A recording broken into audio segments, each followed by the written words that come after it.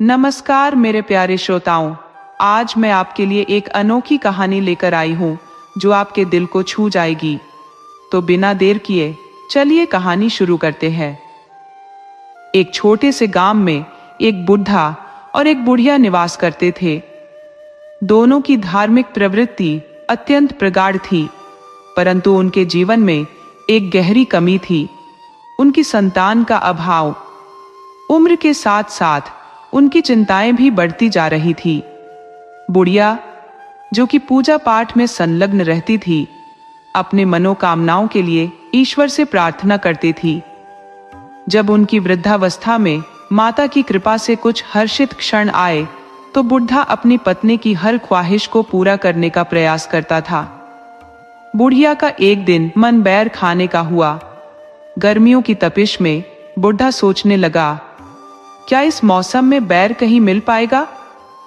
लेकिन पत्नी की इच्छा पूरी करने के लिए वह जंगल में बैर की तलाश में निकल पड़ा। काफी समय भटकने के बाद वह एक तालाब के किनारे पहुंचा, जहां एक बैर की झाड़ी खड़ी थी। जैसे ही उसने कुछ बेर तोड़ने का प्रयास किया, अचानक तालाब के किनारे से एक विशाल मगरमच्छ प्रकट हुआ। मगरमच्छ ने अपनी भीषण सांसों से बूढ़े को अपनी ओर खींच लिया। जब वह मगरमच्छ के मुंह में समा गया, तो मगरमच्छ ने कहा, आज तुम्हारी किस्मत खत्म हो गई। बुढ़ा बचाव के लिए विनती करने लगा, मेरी पत्नी गर्भवती है और हमारी उम्र के साथ हमें संतान सुख की आवश्यकता है, कृपया मुझे मत खाओ। मगरमच्छ ने कहा, ठीक है, मैं तुम्हें छोड़ सकता हूं। यदि तुम्हारे यहाँ बेटा हुआ तो वह तुम्हारा होगा, पर यदि बेटी हुई तो मुझे दे दो। बुढ़ा ने मजबूरी में सहमति दी और मगरमच्छ ने उसे छोड़ दिया। घर पहुंचकर उसने घबराहट में अपनी पत्नी को सारी बातें बताई। समय बीतते गए और 9वें महीने में उसकी पत्नी ने एक अत्यंत सुंदर कन्या को जन्म दिया। वह कन्या न केवल रूपवती थी, बल्कि गुणों से भी परिपूर्ण थी। कन्या बड़ी होने लगी और बुढ़ा अपनी बेटी के भविष्य के बारे में चिंता करने लगा। उसे यह सोचकर भयभीत होना पड़ा कि कैसे वह मगरमच्छ को अपनी बेटी दे पाएगा, परंतु उसे लगा कि मगरमच्छ तो तालाब में ही रहता है, उसे क्या पता चलेगा कि उसकी बेटी हुई है या बेटा। इस सोच के चलते बुढ़ा अपनी बेटी को बड़े प्यार से पालने लगा। उसकी बेटी सभी को मोहित कर देती थी, वह इतनी आकर्षक थी। एक दिन जब बुढ़ा खेत में कार्यरत था, अचानक बाढ़ आ गई। बाढ़ के पानी के साथ मगरमच्छ ने उसके खेत में प्रवेश किया और बुढ़े को पकड़ लिया। उसने कहा, तुमने मुझसे धोखा किया है। तुमने मुझे यह नहीं बताया कि तुम्हारी बेटी हुई है या बेटा। बुढ़ा अत्यंत घबराया हुआ बोला, मेरी बेटी हुई है, मुझे मत मारो। मगरमच्छ ने कहा, 14 साल बीत गए हैं, तुमने मुझे कभी नहीं बताया। बुढ़ा अपनी बेटी के प्रति गहरी भावनाओं के साथ बोला, वह हमारे बुढ़ापे की एकमात्र संजीवनी है। मगरमच्छ ने जवाब दिया, मैं इस सब में रुचि नहीं रखता। बुढ़ा ने सोचा कि अगर वह मगरमच्छ को संतुष्ट कर सके तो वह उसे छोड़ सकता है। बुढ़ा ने कहा, ठीक है, मैं तुम्हें अपनी बेटी के बारे में बताऊंगा, लेकिन कृपया मुझे अभी मत मारो। कल मैं अपनी बेटी को लेकर आऊंगा। इस प्रकार बुढ़ा अपने परिवार की सुरक्षा के लिए एक नई योजना बनाने लगा। अगले दिन उसने अपनी बेटी को समझाया कि उसे एक महत्वपूर्ण कार्य के लिए जंगल में जाना है। जब वह अपनी बेटी को लेकर जंगल की ओर बढ़ा, तो वह सोचने लगा कि कैसे उसे मगरमच्छ को संतुष्ट करना है। लेकिन बुढ़ा ने यह भी तय किया कि अपनी बेटी को बचाने के लिए वह हर संभव प्रयास करेगा। जंगल में पहुंचकर बुढ़ा ने अपनी बेटी को कहा, बेटी, हमें एक मगरमच्छ से मिलना है, वह हमारी मदद कर सकता है। कन्या ने आश्चर्य से पूछा, पिताजी, मगरमच्छ से मिलने का क्या कारण है? बुढ़ा ने उत्तर दिया, मगरमच्छ के पास कुछ रहस्यमय शक्तियां हैं, हमें उसकी मदद की आवश्यकता है। जैसे ही वे तालाब के पास पहुंचे, बुढ़ा ने साहसिकता से मगरमच्छ को पुकारा। मगरमच्छ ने आकर कहा, तुम वापस आ गए? क्या तुम अपनी बेटी को मेरे हवाले करने आए हो? बुढ़ा ने गहराई से सांस ली और कहा, मैं तुम्हें अपनी बेटी नहीं दे सकता, क्योंकि वह हमारे जीवन का उज्जवल प्रकाश है। इस पर मगरमच्छ ने कहा, अगर तुम अपनी बेटी को मेरे पास नहीं लाओगे तो तुम्हें अंजाम भुगतना पड़ेगा। बुढ़ा ने अपनी कन्या को सुरक्षित रखने की ठानी। उसने सोचा कि वह अपने प्यार और साहस से इस समस्या का समाधान निकालेगा। क्या बुढ़ा अपनी बेटी को मगरमच्छ से बचा पाएगा? क्या वह उसे अपनी पुत्री का प्यार दिखा पाएगा? यही थी उसकी अगली चुनौती। इस प्रकार यह कहानी हमें सिखाती है कि परिवार और प्रेम की रक्षा के लिए हमें साहसिक निर्णय लेने चाहिए। बुढ़ा अपनी बेटी के लिए किसी भी कीमत पर लड़ने का संकल्प लेता है और इसी तरह कहानी आगे बढ़ती है। उसका प्रिय कमल का फूल था। बुढ़ी ने कहा, तुम अपनी पीठ पर कमल का फूल रखकर नदी या तालाब के किनारे आ जाना। जैसे ही मेरी बेटी कमल का फूल लेने के लिए उतरेगी, तुम उसे पकड़ लेना। मगरमच्छ ने स्वीकार किया, लेकिन चेतावनी दी, यदि इस बार तुमने धोखा दिया तो मैं तुम्हारे पूरे परिवार को निगल जाऊंगा। बुढ़ा भयभीत होकर घर लौटा और चिंता में एक कोने में बैठकर फूट फूट कर रोने लगा। बुढ़िया ने देखा कि उसका पति परेशान है, तो उसने पूछा, क्या हुआ? बुढ़ा ने कहा, कुछ नहीं। परंतु उसकी पत्नी ने कहा, सच्ची बात बताओ। अंततः बुढ़ा ने सारी सच्चाई बता दी। जब तुमने मुझे बेर लेने के लिए जंगल भेजा था, तब मैंने मगरमच्छ से अपनी जान बचाने का वादा किया था, लेकिन आज वही मगरमच्छ फिर आ गया है और उसने मेरी बेटी को मंगवाया है। बुढ़िया ने कहा, अब जो तुमने उससे वादा किया है वह तो पूरा करना पड़ेगा। उनकी बेटी बहुत ही संस्कारी और गुणवान थी। माता रानी की भक्त थी। उसने अपनी बेटी से कहा, कल तुम अपने मामा के घर जाओगी। ननिहाल जाने की बात सुनकर बेटी बहुत खुश हुई। बच्चे तो हमेशा ननिहाल जाने के लिए उतावले होते हैं। बुढ़ा अपनी बेटी को लेकर जंगल के रास्ते पर चल पड़ा। चलते चलते वे तालाब के किनारे पहुंचे। बुढ़ा बोला, बेटी, तुम यहां बैठो, मैं तुम्हारे लिए कुछ खाने पीने का इंतजाम करता हूं। लेकिन उस समय लड़की को भूख प्यास लगने लगी। उसने अपने पिता को कहा, मैं यहां बैठकर तुम्हारा इंतजार करूंगी। जैसे ही वह बैठी, उसने देखा कि तालाब में एक सुंदर कमल का फूल खिला है। उसके मन में आया, इस कमल का फूल तो बहुत प्यारा है। वह पानी में घुटने तक गई और देखा कि कमल का फूल धीरे धीरे पीछे हट रहा है। उसने जोर से चिल्लाते हुए कहा, बाबा, कमल का फूल पीछे जा रहा है। लेकिन उसके बाबा को सुनने वाला कोई नहीं था। फूल के पीछे हटने पर वह और आगे बढ़ी, फिर चिल्लाई, कमल का फूल, पानी गर्दन तक आ रहा है। उसने जितना चिल्लाया, उसका बाप उसे सुनने नहीं आया। अब उसे समझ आ गया कि उसके बाबा उसे छोड़कर जा चुके हैं। तभी तालाब से मगरमच्छ निकला। उस खूबसूरत कन्या को देखकर वह घबरा गई। मगरमच्छ ने उसे अपने जबड़े में भर लिया और तालाब के दूसरी पार एक गुफा में ले जाकर डाल दिया। मगरमच्छ ने उसे खाने का मन त्याग दिया, क्योंकि वह बहुत सुंदर थी। अब मगरमच्छ जो तालाब में रहता था, उसके पास जो भी व्यक्ति आता, वह उन्हें खा जाता।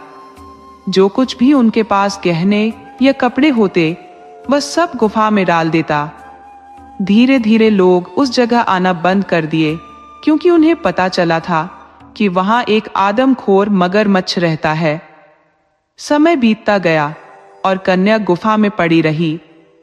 मगरमच्छ जिन लोगों को खाता, उनके खाने पीने की चीजें वह कन्या के लिए लाता।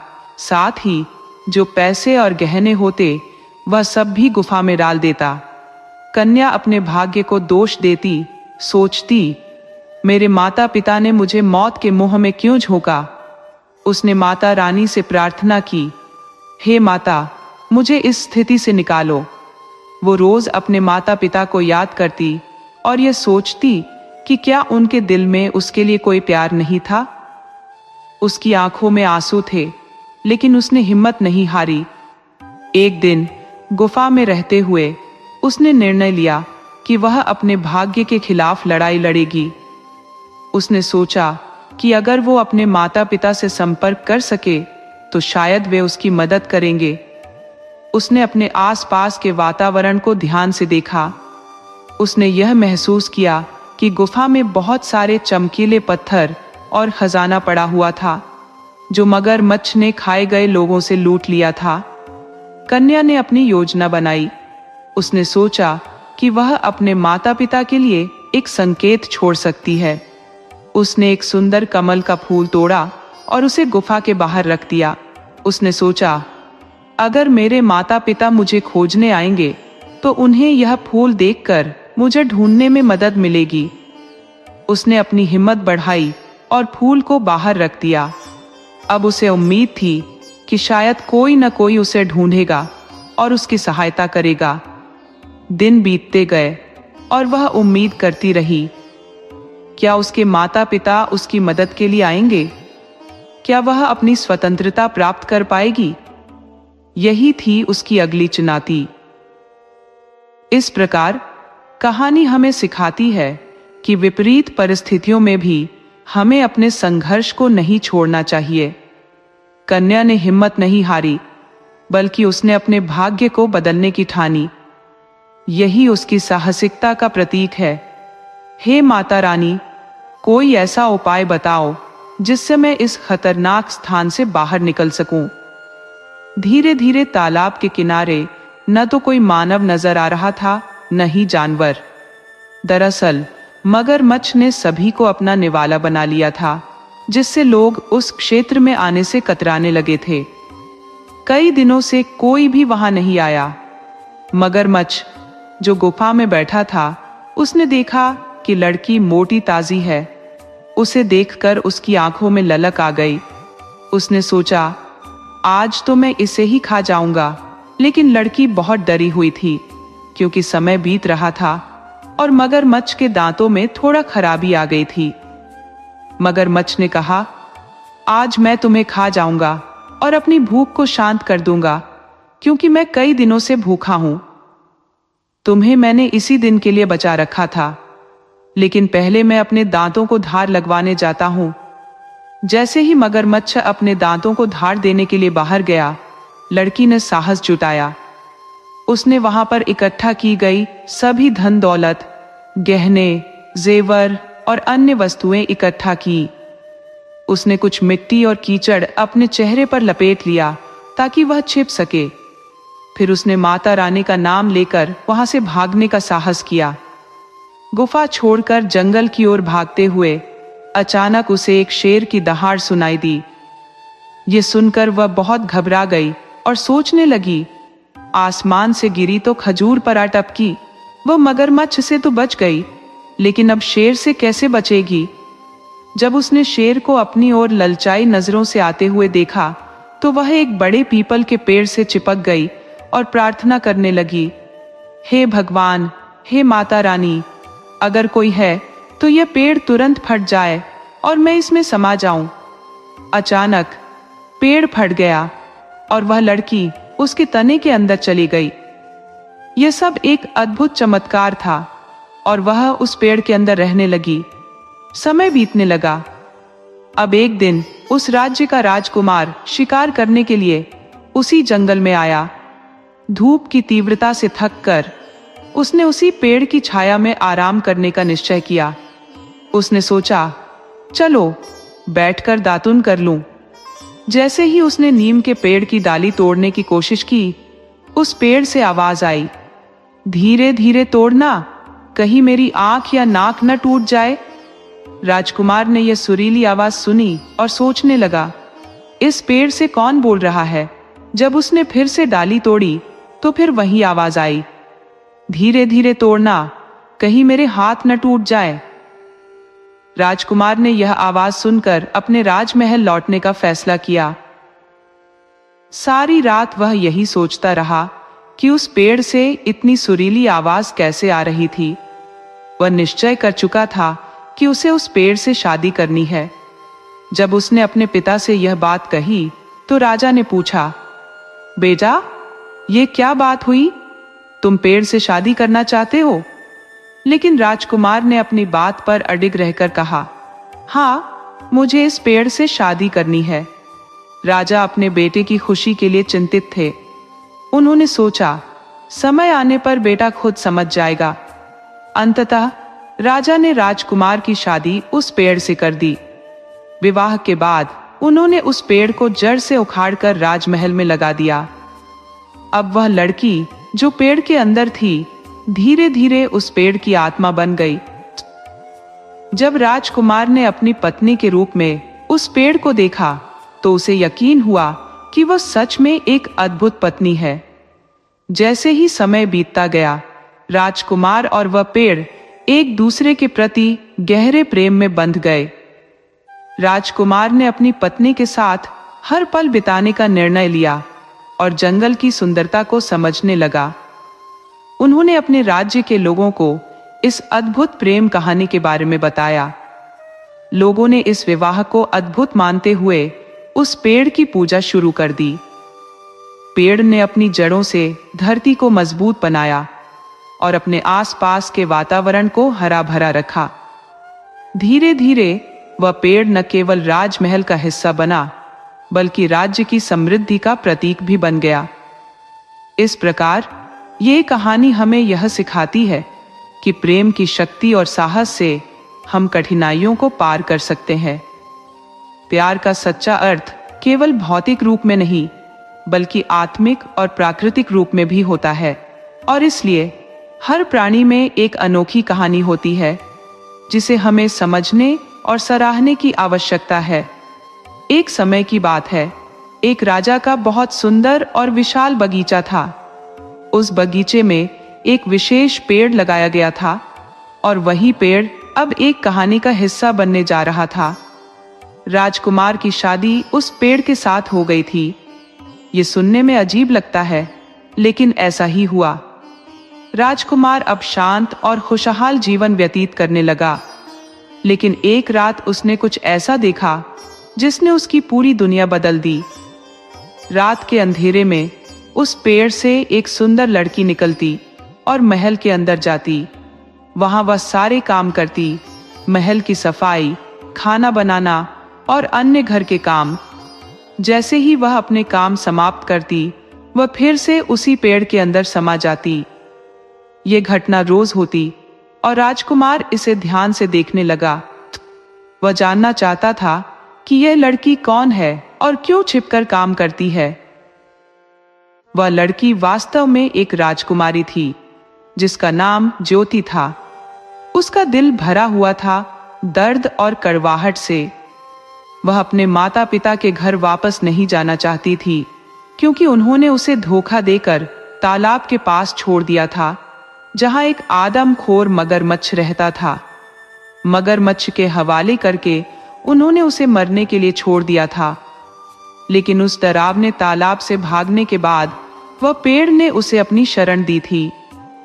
राजकुमार ने जब उससे विवाह किया तो वह उसी पेड़ के अंदर रहने लगी। एक दिन राजकुमार ने उसे महल के काम करते हुए देख ही लिया। वह बेहद सुंदर थी और उसकी उपस्थिति ने राजकुमार के मन में एक खास जगह बना ली थी। उसने सोचा कि अब इस रहस्य का समय समाप्त हो गया है। उस रात जब लड़की पेड़ के अंदर वापस जाने लगी तो राजकुमार ने पेड़ को जला दिया। वह लड़की जब लौटी और जलते हुए पेड़ को देखा तो उसकी आंखों में आंसू भर आए और वह जोर जोर से रोने लगी। तभी राजकुमार ने उसे शांत किया और कहा, तुम्हें अब डरने की जरूरत नहीं है। अब तुम्हें इस पेड़ के अंदर छिपने की कोई आवश्यकता नहीं है। तुम मेरी पत्नी हो, मेरी रानी हो। अब तुम्हें महल में खुले दिल से रहना चाहिए। लड़की ने रुककर राजकुमार की बात सुनी। फिर उसने उसे अपने जीवन की सारी पीड़ाएं और घटनाएं बताईं। उसने बताया कि कैसे उसके माता पिता ने उसे धोखे से उसके ननिहाल जाने का झूठा बहाना बनाकर उसे उस तालाब के किनारे छोड़ा जहां आदमखोर मगरमच्छ रहता था। उसने कैसे मगरमच्छ से अपनी जान बचाई और जंगल में भटकते हुए एक शेर के सामने आ गई। तभी माता रानी की कृपा से वह पेड़ उसकी शरण बन गया। राजकुमार ने उसकी पूरी कहानी सुनकर उसकी ओर देखा। उसकी आंखों में अब उस लड़की के लिए सम्मान और स्नेह और भी बढ़ गया। उसने तय किया कि वह उसे कभी अकेला नहीं छोड़ेगा। अगले ही दिन उसने अपने सैनिकों को आदेश दिया कि उस आदमखोर मगरमच्छ को मार डाले जिसने कई निर्दोष लोगों की जान ली थी। सैनिकों ने उस तालाब में जाकर उस मगरमच्छ का अंत कर दिया। राजकुमार ने फिर उस लड़की के माता पिता को भी बंदी बना लिया। उसने कहा, जो माता पिता अपनी संतान को मौत के मुंह में धकेलते हैं, उन्हें सजा मिलनी चाहिए। ऐसे लोग समाज में रहने लायक नहीं होते। उनके माता पिता को जेल में डाल दिया गया और लड़की अब राजमहल में आराम से खुशी खुशी रहने लगी। राजा और रानी का जीवन अब शांति और आनंद से भर गया था।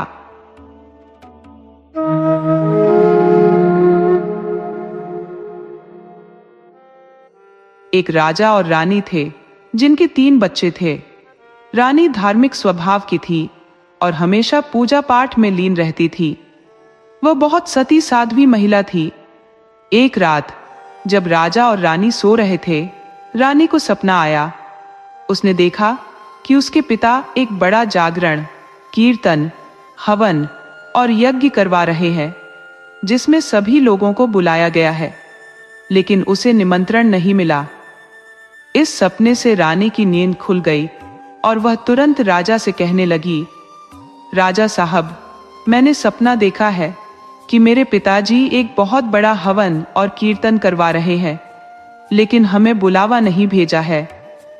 राजा ने उसे समझाते हुए कहा, रानी, यह बस एक सपना है। सपनों का कोई ठोस मतलब नहीं होता। हो सकता है कि वह सच में कुछ कर रहे हो, लेकिन अगर उन्होंने हमें बुलाया नहीं है तो हमें भी वहां नहीं जाना चाहिए। बिना बुलाए किसी के यहाँ जाना सही नहीं होता। पर रानी की जिद बढ़ती गई। नहीं, मेरे पिताजी के यहाँ इतना बड़ा आयोजन हो रहा है तो मैं तो जाऊंगी, आप भी मेरे साथ चलिए। राजा ने समझाया, मैं तुम्हें नहीं रोकूंगा, तुम जा सकती हो, लेकिन मैं बिना बुलावे के वहां नहीं जाऊंगा। अगले दिन राजा ने रानी के लिए पालकी तैयार करवाई, तीनों बच्चों को सजाया और 4 कहारों को भी बुलवाया। साथ में एक दरबान भी भेज दिया। रानी अपने मायके के लिए निकल पड़ी। वे काफी दूर चल चुके थे क्योंकि उस समय के रास्ते पैदल और कठिन थे। चलते चलते वे घने जंगल में पहुंच गए और शाम ढलने लगी। अंधेरा बढ़ने पर कहारों ने रानी से कहा, रानी साहिबा, हम बहुत थक चुके हैं और रात भी हो रही है, क्या हम यहीं विश्राम कर सकते हैं? रानी ने कहा, ठीक है, हम यहीं रुक जाएंगे। अब सब वहीं पर रुक गए। दरबान घोड़े पर आगे आगे चल रहा था, जबकि कहार पालकी लेकर पीछे चल रहे थे। रानी ने कहा, यहीं रात बिताएंगे। रानी, जो बहुत धार्मिक और सिद्ध महिला थी, माँ दुर्गा की बड़ी भक्त थी। वह हमेशा माँ दुर्गा से प्रार्थना करती थी और उनकी हर इच्छा पूरी होती थी। रानी ने माँ दुर्गा से प्रार्थना की, हे माँ, कृपा करके यहाँ 3 छोटे छोटे कमरे बना दो। एक कमरे में मैं और मेरे बच्चे रहेंगे, दूसरे में दरबान और तीसरे में कहार। माँ दुर्गा की कृपा से तुरंत 3 कमरे प्रकट हो गए। फिर रानी ने एक तालाब की प्रार्थना की ताकि वे पानी का काम भी कर सके। माँ की कृपा से एक छोटा तालाब भी बन गया। अब उन्होंने खाना बनाया, खाया और सोने चले गए। रात के समय दरबान की नीयत बदल गई। उसने सोचा, रानी को अपनी रानी बना लूंगा और दरबान और कहारों को मार दूंगा। उसके पास तलवार थी और वह रानी के कमरे के दरवाजे पर जाकर खटखटाने लगा। रानी ने पूछा, कौन है? दरबान ने कहा, रानी साहिबा, मैं दरबान हूं, दरवाजा खोलिए। दरबान की बेहूदगी और नीचता देखकर रानी का क्रोध 7वें आसमान पर पहुंच गया। उसने गुस्से में कहा, तुम्हारी ये जुर्रत! मुझसे इस तरह की बातें करने की हिम्मत कैसे हुई? लेकिन दरबान, जिसकी नीयत पहले से खराब थी, सोचा कि रानी एक औरत है, डर जाएगी और वह अपनी मनमानी कर लेगा। उसने ठान लिया कि अगर रानी उसकी बात नहीं मानेगी तो वह उसे और बच्चों को मारकर सबको यह कह देगा कि जंगल में कोई हिंसक जानवर उन्हें खा गया। रानी ने फिर साफ शब्दों में कहा, दरवाजा नहीं खुलेगा, तुम अपने कमरे में लौट जाओ, वरना राजा साहब से कहकर तुम्हें कड़ी सजा दिलवाऊंगी। लेकिन दरबान, जो अपनी नीचता पर उतारू था, जिद पर अड्डा रहा। अब वह धमकी देने लगा, रानी साहिबा, दरवाजा खोलो, नहीं तो मैं इसे तोड़ दूंगा। रानी ने दृढ़ता से जवाब दिया, तुम चाहे कुछ भी कर लो, दरवाजा नहीं खुलेगा। आखिरकार दरबान ने दरवाजे को जोर से धक्का मारा और वह टूट गया। वह अंदर घुस आया और रानी से कहा, मैं आज रात तुम्हारे साथ रहूंगा। रानी ने उसकी बेहूदगी को ठुकराते हुए कहा, ऐसा कभी नहीं हो सकता। मैं एक पतिव्रता नारी हूं और मेरी आस्था मेरी सबसे बड़ी ताकत है। ये सुनकर दरबान और क्रोधित हो गया। उसने रानी के बड़े बेटे को पकड़ लिया और धमकी दी, अगर तुमने मेरी बात नहीं मानी तो मैं तुम्हारे बेटे की गर्दन काट दूंगा। रानी ने शांत स्वर में कहा, तुम्हें जो करना है कर लो। दरबान ने निर्दयता से रानी के बड़े बेटे की गर्दन काट दी। रानी फिर भी अपने सत्यनिष्ठा पर अडिग रही और कहती रही, तुम चाहे जो भी करो, मैं अपने सिद्धांतों से नहीं डिगूंगी। दरबान ने धीरे धीरे करके रानी के तीनों बच्चों को मौत के घाट उतार दिया। अब रानी अकेली थी और सोच में डूब गई कि अब क्या किया जाए। तभी उसने एक योजना बनाई और कहा, ठीक है दरबान, मैं तुम्हारी बात मानने को तैयार हूं, लेकिन पहले तुमने जो मेरे बच्चों का खून किया है, उससे तुम्हारे कपड़े खून से लथपथ हो गए हैं। पहले जाओ, उन्हें साफ करके आओ और स्वच्छ होकर लौटो। दरबान यह सुनकर बहुत खुश हुआ और तालाब की ओर चल दिया ताकि अपने कपड़े साफ कर सके। जैसे ही दरबान तालाब की तरफ बढ़ा, रानी ने माँ दुर्गा से प्रार्थना की, हे माँ, जो तालाब आपने हमें अस्थायी रूप से प्रदान किया था, कृपया इसे अभी मिटा दीजिए और इस जगह को पहले जैसा बना दीजिए। माँ दुर्गा की कृपा से तालाब तुरंत गायब हो गया। दरबान इधर उधर तालाब को ढूंढता रहा, लेकिन उसे कहीं कुछ नहीं मिला। उसकी बेइंतहा चाहत अब और बेकाबू हो रही थी, लेकिन उसे कुछ समझ नहीं आया। फिर रानी ने धरती माता से प्रार्थना की, हे धरती माता, अगर मैं सत्यनिष्ठ हूं और मेरे संकल्प सच्चे हैं तो कृपया मेरी रक्षा कीजिए और मेरे बच्चों को अपनी गोद में समेट लीजिए।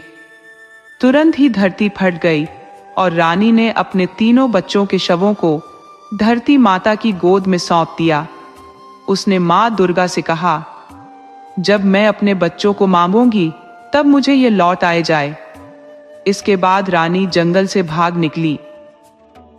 रानी के जाते ही जो 3 कमरे माया से बने थे, वे भी गायब हो गए और जंगल पहले जैसा हो गया। दूसरी ओर जो कहार और दरबान थे, वे सब सोए हुए थे। दरबान अब तक पानी की तलाश में भटक रहा था। सुबह होने पर कहारों की आंख खुली और उन्होंने देखा कि आसपास कोई कमरे नहीं है, बस वे जमीन पर पड़े हुए हैं। उन्होंने जब दरबान को देखा तो उसके कपड़े खून से सने हुए थे। उन्होंने उससे पूछा, रानी साहिबा और बच्चे कहाँ हैं? दरबान ने अपनी बनावटी कहानी सुनाते हुए कहा, रानी साहिबा तो कहीं चली गई है और बच्चों को कोई जंगली जानवर खा गया। उन्हें बचाने की कोशिश में मेरे कपड़े भी खून से सन गए हैं। ये सुनकर कहार चौंक गए और सोचने लगे कि अब राजा से कैसे सामना होगा। उन्होंने तय किया कि पहले रानी के मायके जाए, जहां वह हो सकती है। रानी भागते भागते बहुत दूर निकल गई और फिर शाम होने लगी। रानी जंगल में भटकते भटकते थक चुकी थी। चलते चलते उसे एक गडरिया दिखाई दिया जो भेड़ बकरियां चरा रहा था और पास में ही उसकी एक छोटी सी झोपड़ी थी। रानी ने थकी मांदी हालत में गडरिये से विनती की, क्या मैं आज रात आपकी झोपड़ी में रुक सकती हूँ?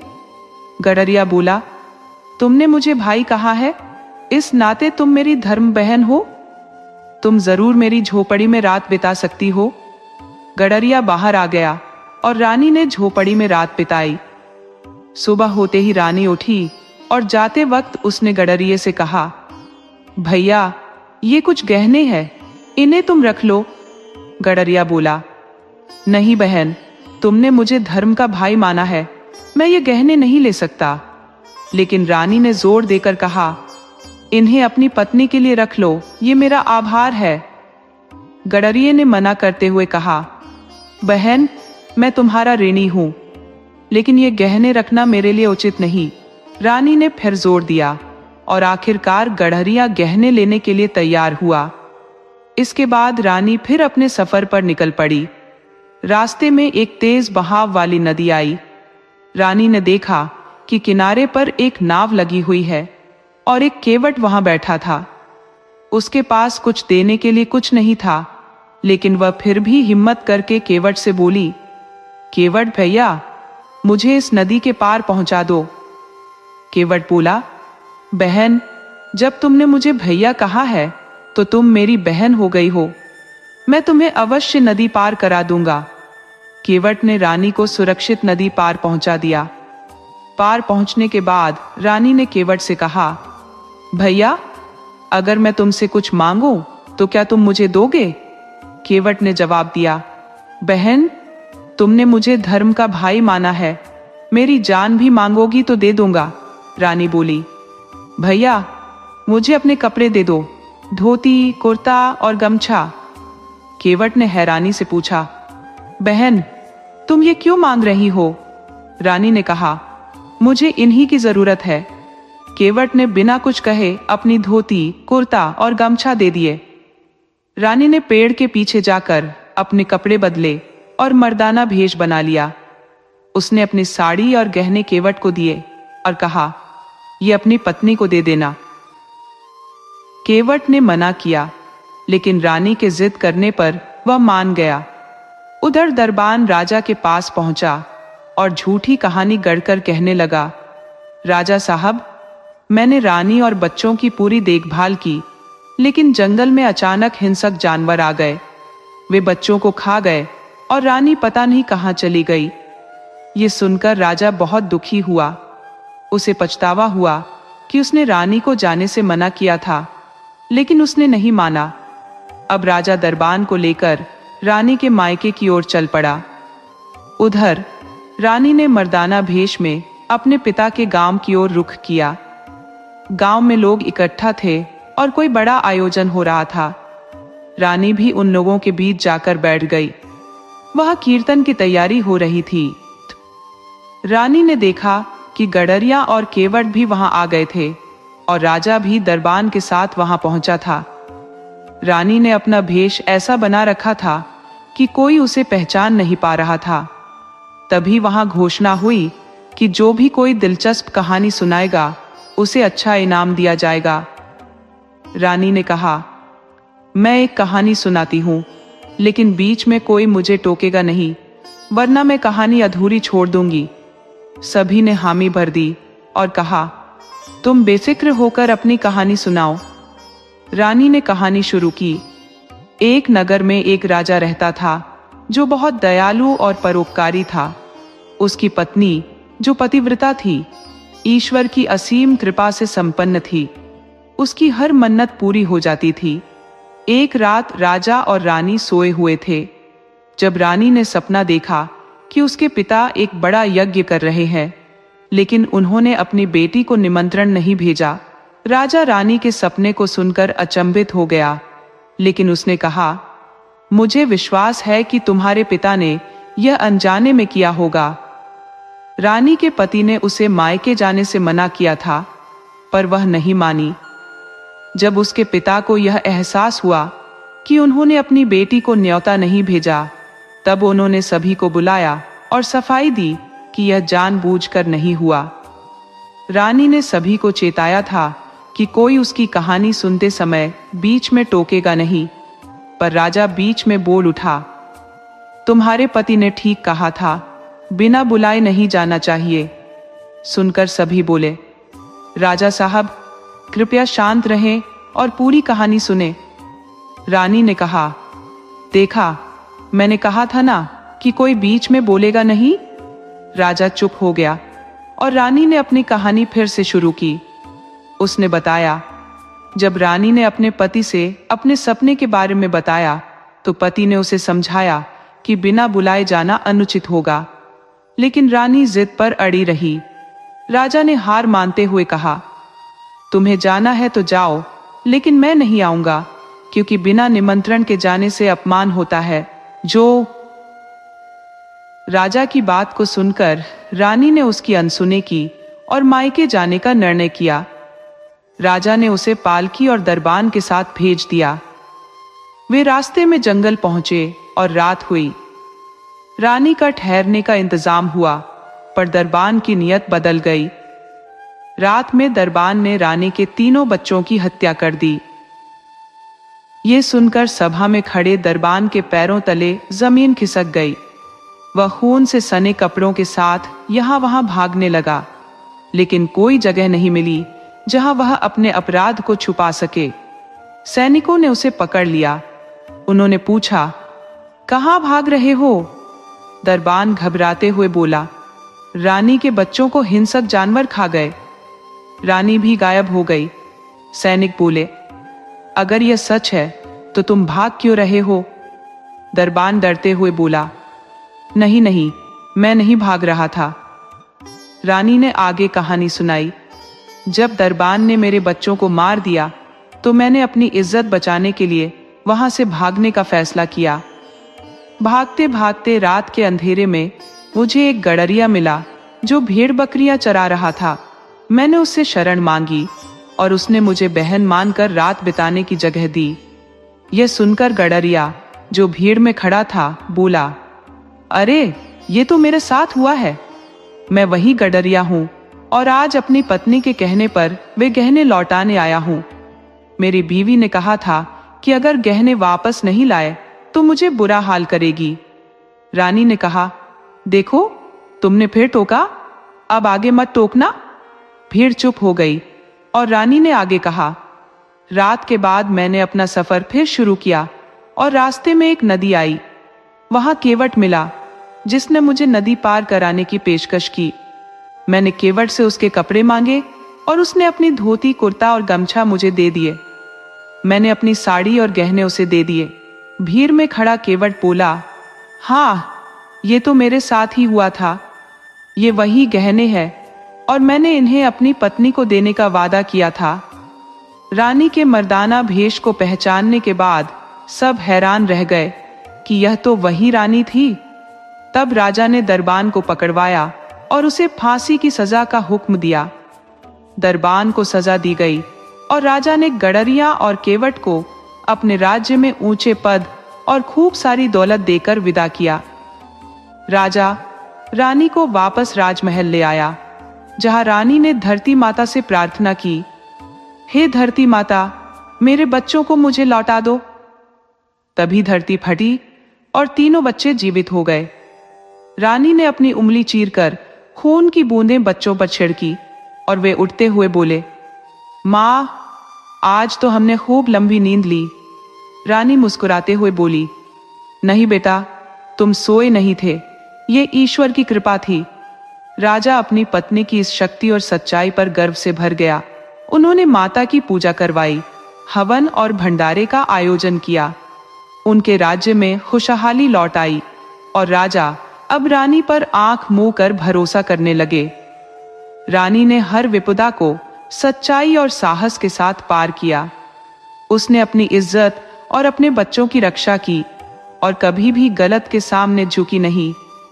यही एक सच्ची नारी की पहचान होती है, कठिन से कठिन परिस्थिति में भी सत्य के पथ पर अडिग रहना।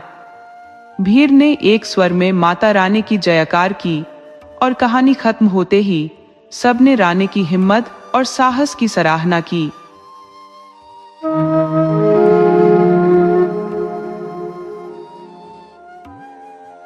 राधे राधे दोस्तों, आज हम आपको सुनाएंगे एक राजकुमारी के छल प्रपंच की दास्तां, कैसे उसने अपने ही पति का अंत कर दिया।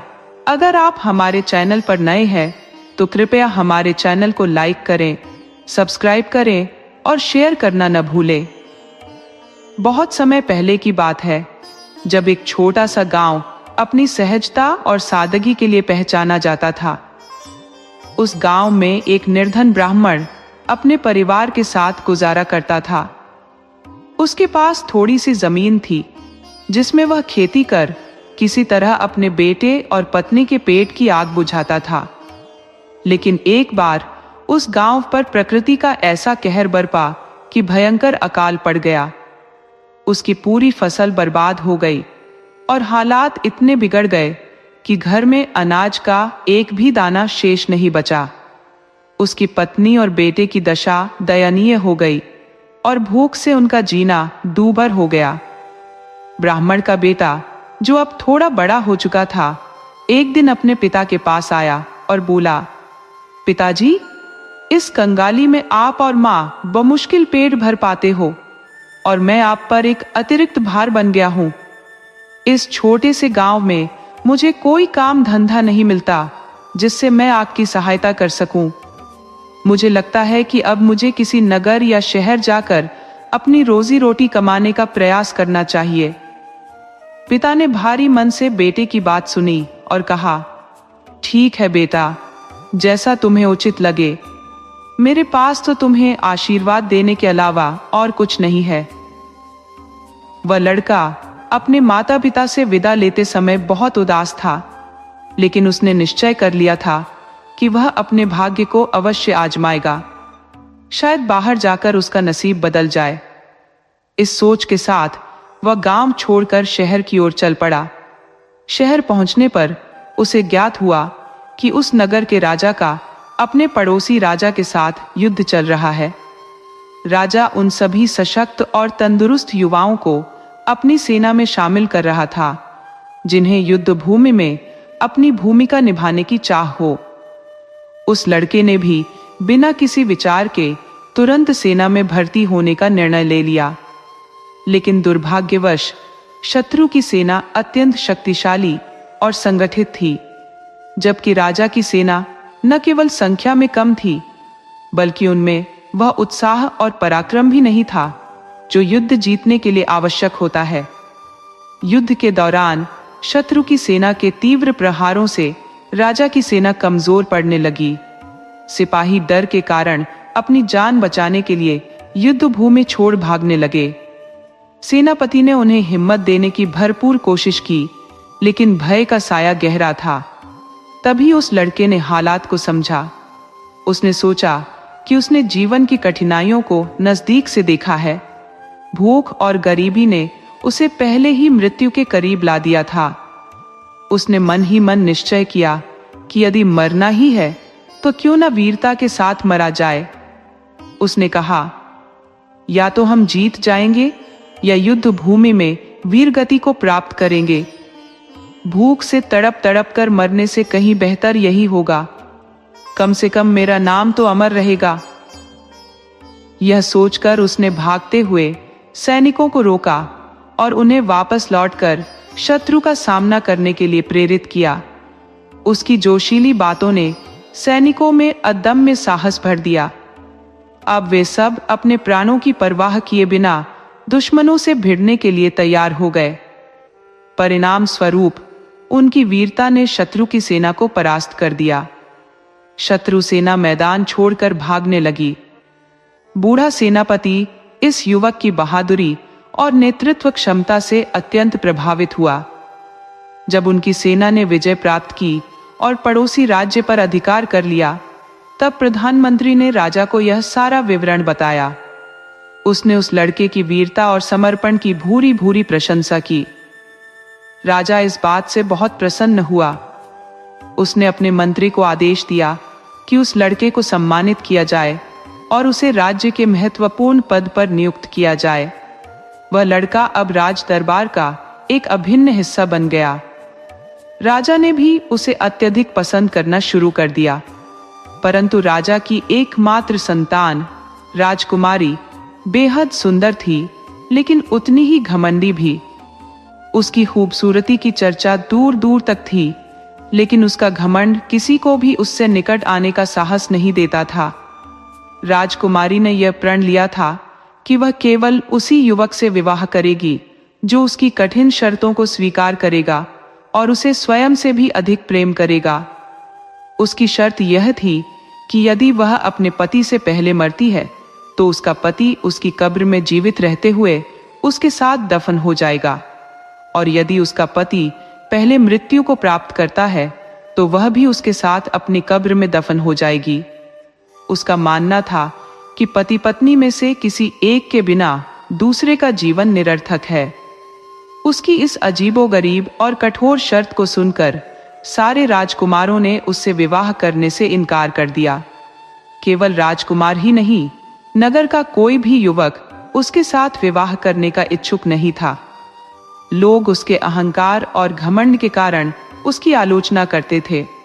वे कहते, कैसी राजकुमारी है जो किसी का सम्मान नहीं करती, कितनी घमंडी है। राजमहल में उस गरीब लड़के को, जो अब एक महत्वपूर्ण पद पर था, इन बातों का पता चला। एक दिन राजा ने अपनी परेशानियां उससे शेयर की। इसी दौरान लड़के ने पहली बार राजकुमारी को देखा। उसे राजकुमारी पहली नजर में ही भा गई और वह उससे प्रेम करने लगा। जब उसने राजा से विवाह का प्रस्ताव रखा तो राजा ने उसे समझाने की बहुत कोशिश की। राजा ने कहा, यह तुम्हारे बस की बात नहीं है, उसकी शर्तें असंभव है। लेकिन लड़के ने दृढ़ता से उत्तर दिया, मैं उससे प्रेम करता हूं और उसके लिए अपना सब कुछ त्यागने के लिए तैयार हूं। मैं अपने वचन से कभी पीछे नहीं हटूंगा। राजा को उसकी निष्ठा और साहस देखकर यकीन हो गया कि यह लड़का उसकी बेटी के लिए उपयुक्त रहेगा। अंततः राजा ने अपनी राजकुमारी का विवाह उस गरीब लड़के से करवा दिया। शादी के बाद राजकुमारी ने लड़के को चेतावनी दी, अगर तुमने अपना वचन तोड़ा तो तुम्हें मौत के घाट उतार दिया जाएगा। लड़के ने अपनी पत्नी को वचन दिया कि वह अपने वचनों से कभी पीछे नहीं हटेगा। धीरे धीरे समय बीतने लगा। दोनों पति पत्नी खुशी खुशी जीवन व्यतीत कर रहे थे। लेकिन जैसा कहा जाता है, सुख के पल क्षणिक होते हैं। एक दिन राजकुमारी अचानक गंभीर रूप से बीमार पड़ गई। राजा ने कई वैद्यों और चिकित्सकों से उसका इलाज करवाया, लेकिन कोई भी उसकी बीमारी का निदान नहीं कर सका। दूर दराज के प्रसिद्ध वैद्यों को बुलाया गया, परंतु उनकी सभी कोशिशें असफल रहीं। अंततः राजकुमारी की बीमारी ने उसे मृत्यु के कगार पर पहुंचा दिया और वह इस संसार को छोड़कर चली गई। अब लड़के को अपने वचन के अनुसार अपनी पत्नी की कब्र में तब तक रहना था जब तक कि उसकी अपनी मृत्यु नहीं हो जाती। राजा ने अपनी बेटी के लिए एक विशाल और भव्य कब्र का निर्माण कराया, लेकिन उसे अपने दामाद पर गहरा तरस आ रहा था। वह सोच रहा था, यह बेचारा तो जीवित रहते हुए ही मृत्यु का सामना करेगा।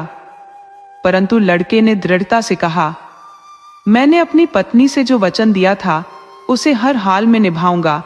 मुझे उसी कब्र में दफना दिया जाए।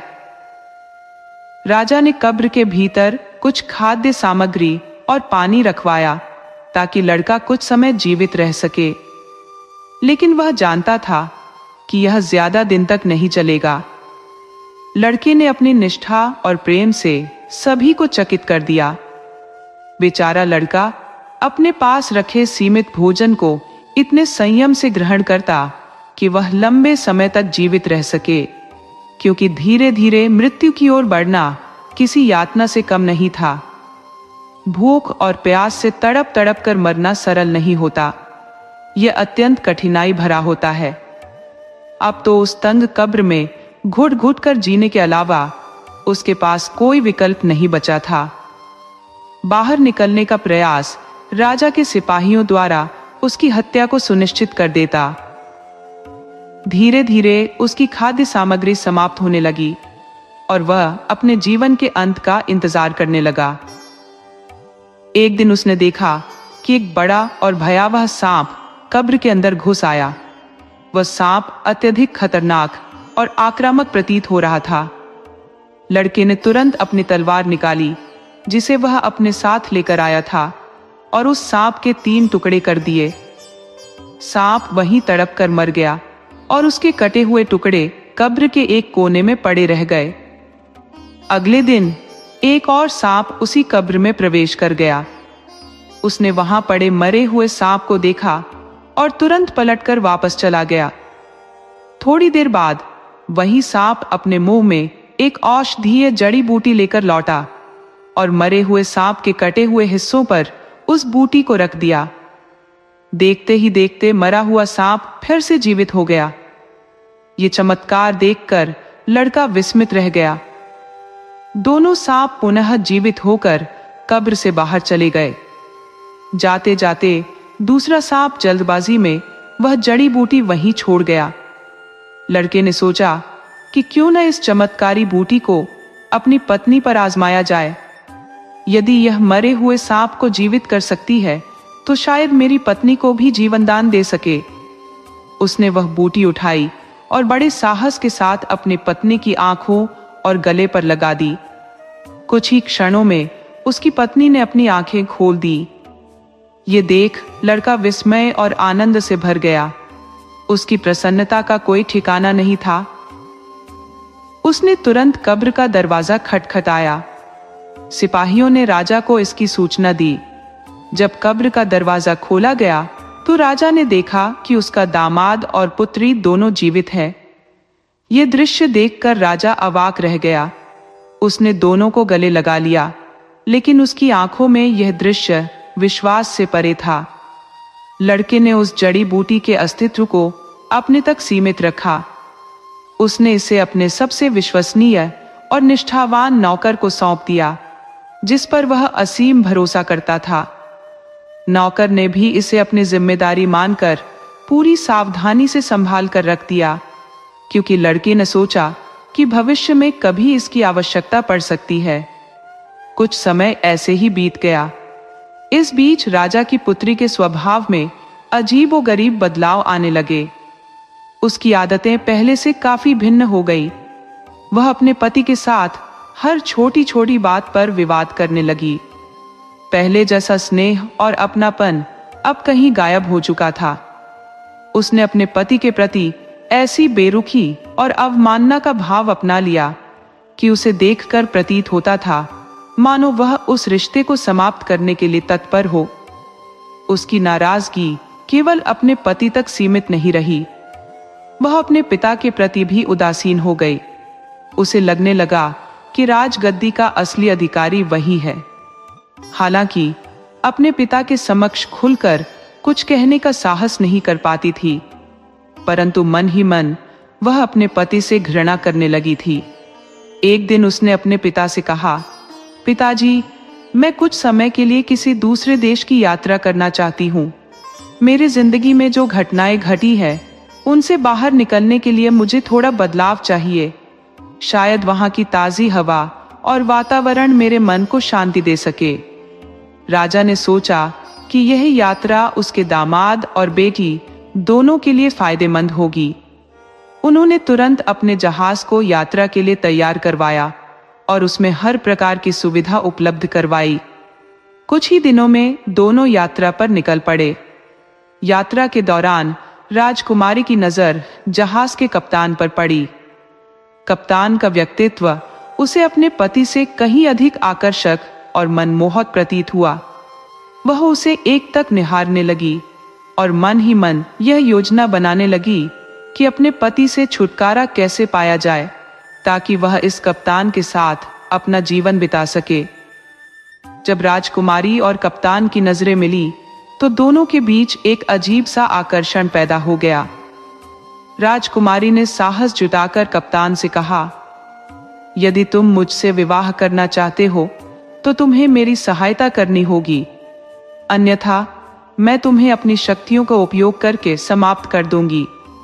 राजकुमारी ने अपनी राजनीति और अधिकार का उपयोग करते हुए कप्तान को भयभीत करने का प्रयास किया। उसकी मंशा स्पष्ट थी, अपनी इच्छाओं की पूर्ति के लिए किसी भी सीमा तक जाना।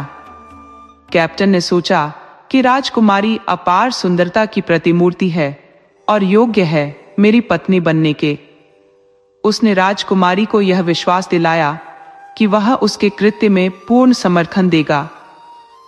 राजकुमारी ने अपनी योजना शेयर की कि उसका पति जो उसके साथ है उसे समाप्त करने के लिए कैप्टन को सहयोग करना होगा। कैप्टन और राजकुमारी ने षड्यंत्र रचकर उस सोए हुए पति को समुद्र के किनारे स्थित घर से गहरे पानी में धकेल दिया। उनका मानना था कि उसकी मृत्यु निश्चित है, जिससे राजकुमारी स्वतंत्र हो जाएगी और कैप्टन के साथ अपना जीवन सुखपूर्वक व्यतीत करेगी। कैप्टन को भी इस योजना में अपना व्यक्तिगत लाभ दिखाई दिया, इसलिए उसने राजकुमारी का पूरा साथ दिया। लेकिन इस पूरे प्रकरण का साक्षी वह वफादार नौकर था जो अपने स्वामी के प्रति निष्ठावान था। उसने तुरंत अपनी सूझबूझ का परिचय दिया। जहाज पर आपातकालीन स्थिति के लिए रखी गई छोटी नाव को लेकर वह समुद्र की लहरों के बीच पहुंचा। उसने अपने स्वामी भक्ति का परिचय देते हुए उस दुर्लभ जड़ी बूटी को जो उसने सुरक्षित रखी थी अपने स्वामी के माथे पर लगाया। इससे राजकुमार की मृतप्राय अवस्था समाप्त हो गई और वह पूर्णतः स्वस्थ हो गया। राजकुमार को जब अपनी पत्नी की विश्वासघात की योजना का भान हुआ तो उसके हृदय में गहरा संताप उत्पन्न हुआ। उसने सोचा कि जिसे वह अपने जीवन का अभिन्न अंग मानता था वह कैसे इतनी क्रूरता और छल का सहारा ले सकती है। उसने अपने वफादार नौकर से आग्रह किया कि उसे शीघ्रता पूर्वक महल पहुंचाया जाए, जहां राजकुमारी के पिता और राज्य का न्याय हो सके। नौकर ने अपने स्वामी को राजकुमारी और कैप्टन से पहले महल में पहुंचा दिया। राजा ने अपने दामाद को देखकर विस्मय पूर्वक पूछा, तुम इतनी जल्दी कैसे लौट आए? मेरी बेटी कहाँ है?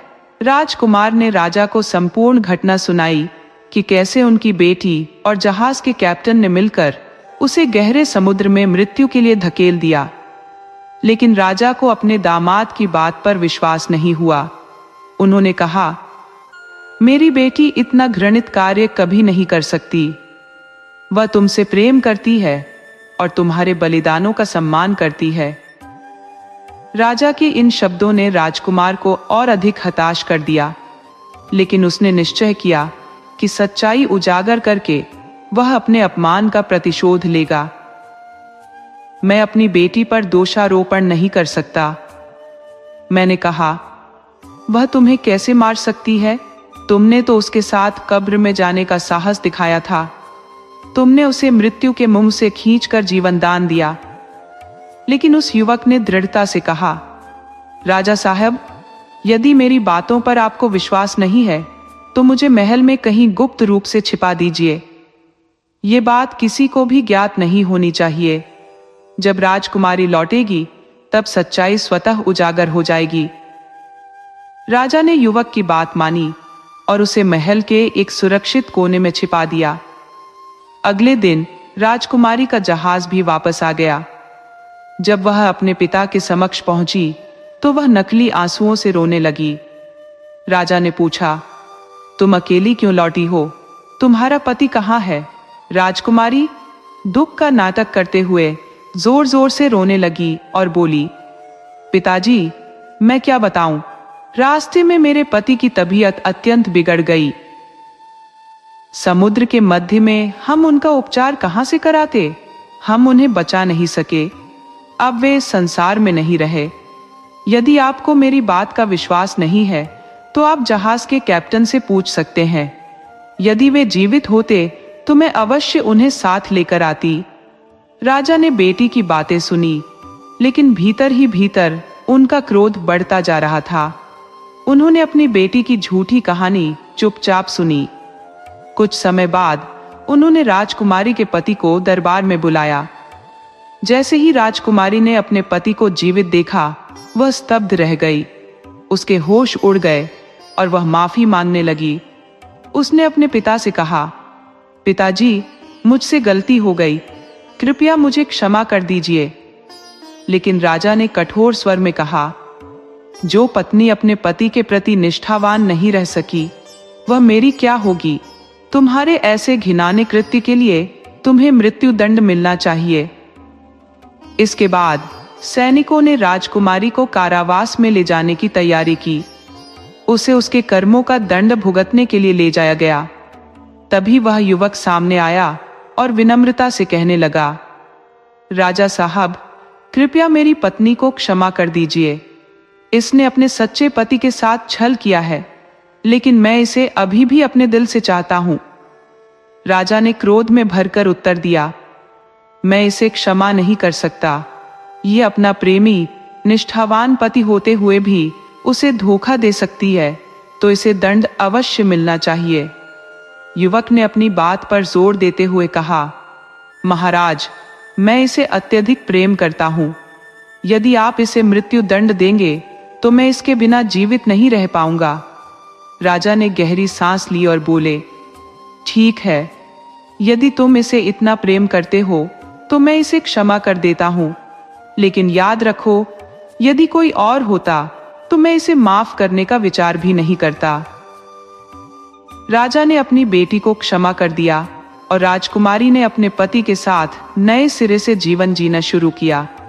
समय के साथ राजा ने महसूस किया कि उनका दामाद न केवल सरल स्वभाव का है, बल्कि कर्तव्यनिष्ठ और संस्कारी भी है। उनके पास कोई पुत्र नहीं था, इसलिए उन्होंने राज्य की बागडोर अपने दामाद को सौंपने का निर्णय किया। राजा ने मंत्रिमंडल के साथ परामर्श किया और सभी ने इस प्रस्ताव का समर्थन किया। इस प्रकार युवक राजा बना और कुशलतापूर्वक शासन करने लगा। उसने अपने गरीब माता पिता को भी अपने पास बुला लिया।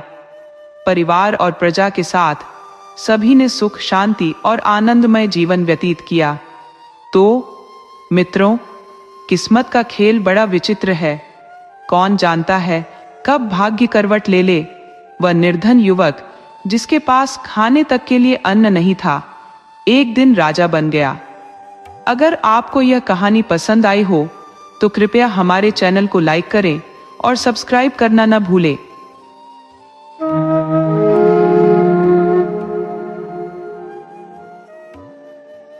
कई समय पहले की बात है। एक गांव में बिरजू नाम का व्यक्ति रहता था। बिरजू तंत्र मंत्र और नजर उतारने में बड़ा निपुण था। गांव के लोग छोटी मोटी परेशानियों के लिए अक्सर उसके पास जाया करते थे। बिरजू शादियों में ढोल बजाने का भी काम करता था। एक बार बिरजू एक शादी में ढोल बजाने गया हुआ था और उसके साथ मशकबीन बजाने वाले साथी भी थे। शादी के बाद बारात रात में ही दुल्हन को लेकर वापस गांव लौट गई थी।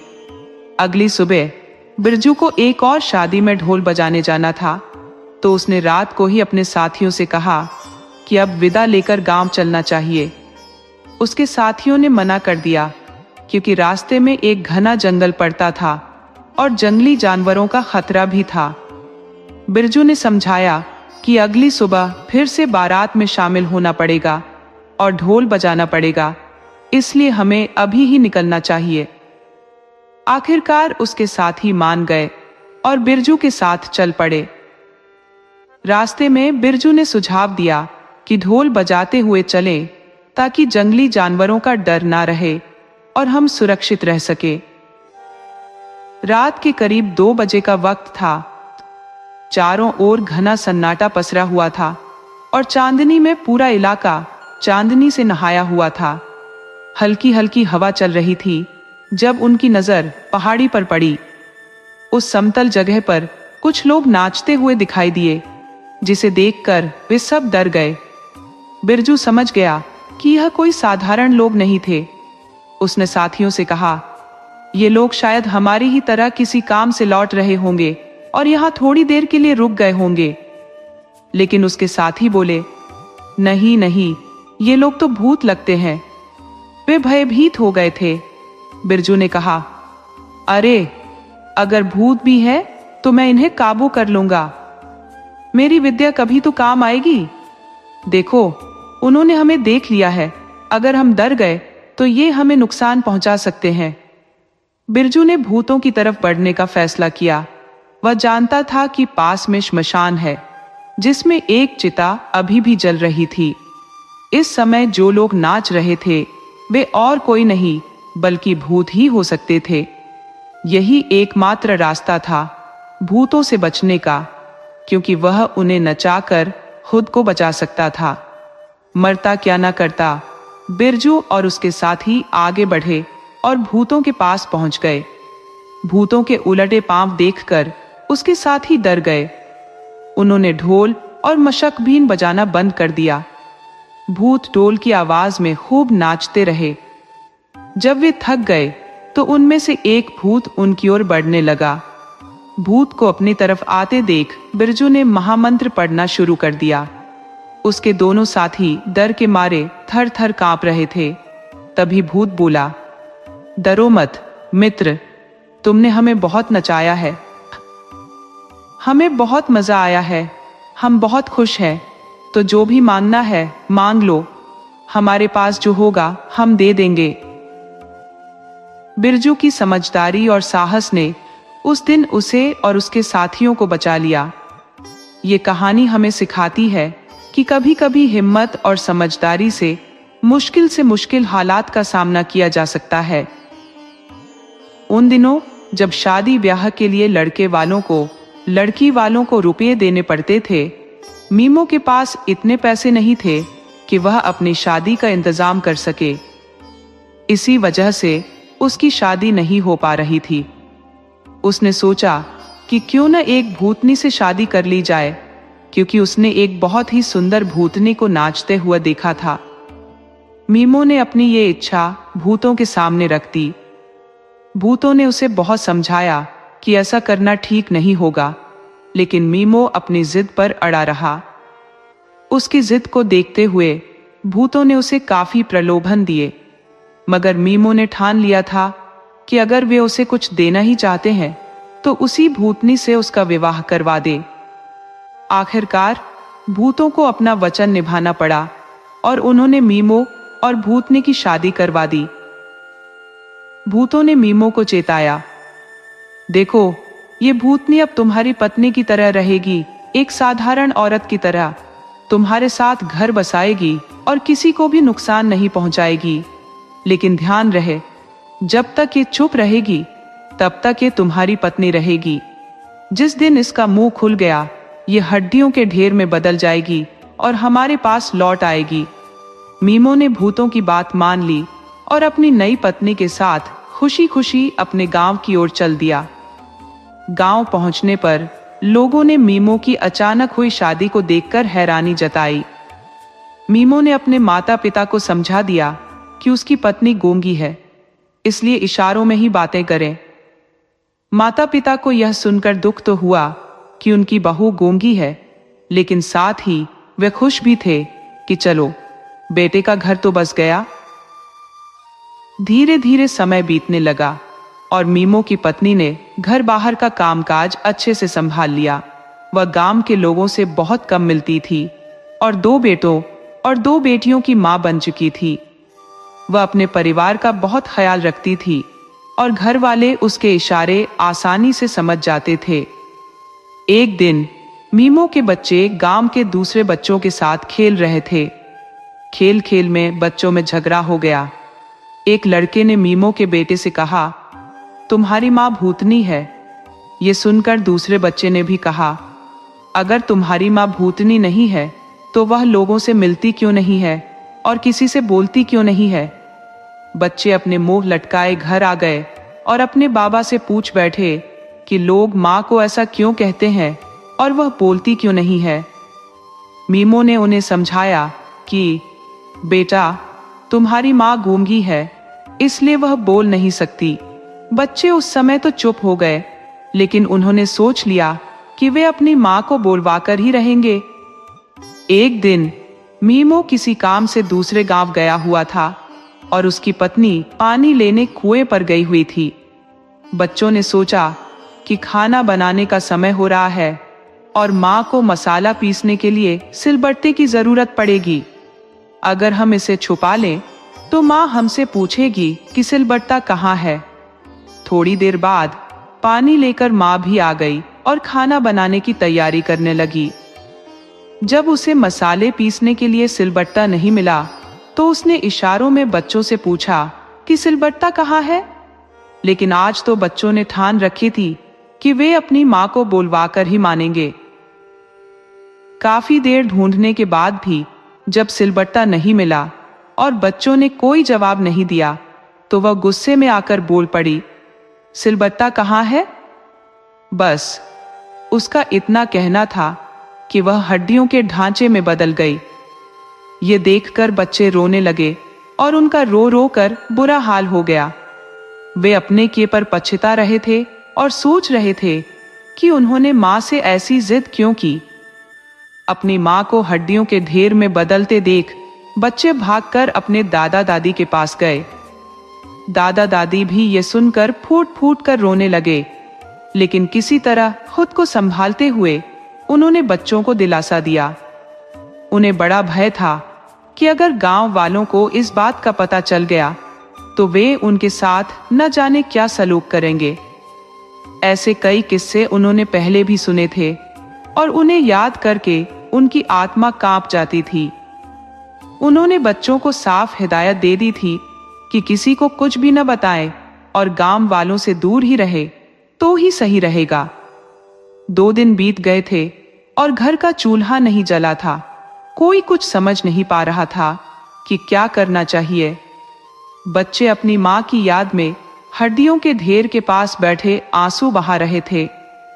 बरमो गांव से बाहर एक शादी में गया हुआ था और उसे वहां 2 दिन हो गए थे।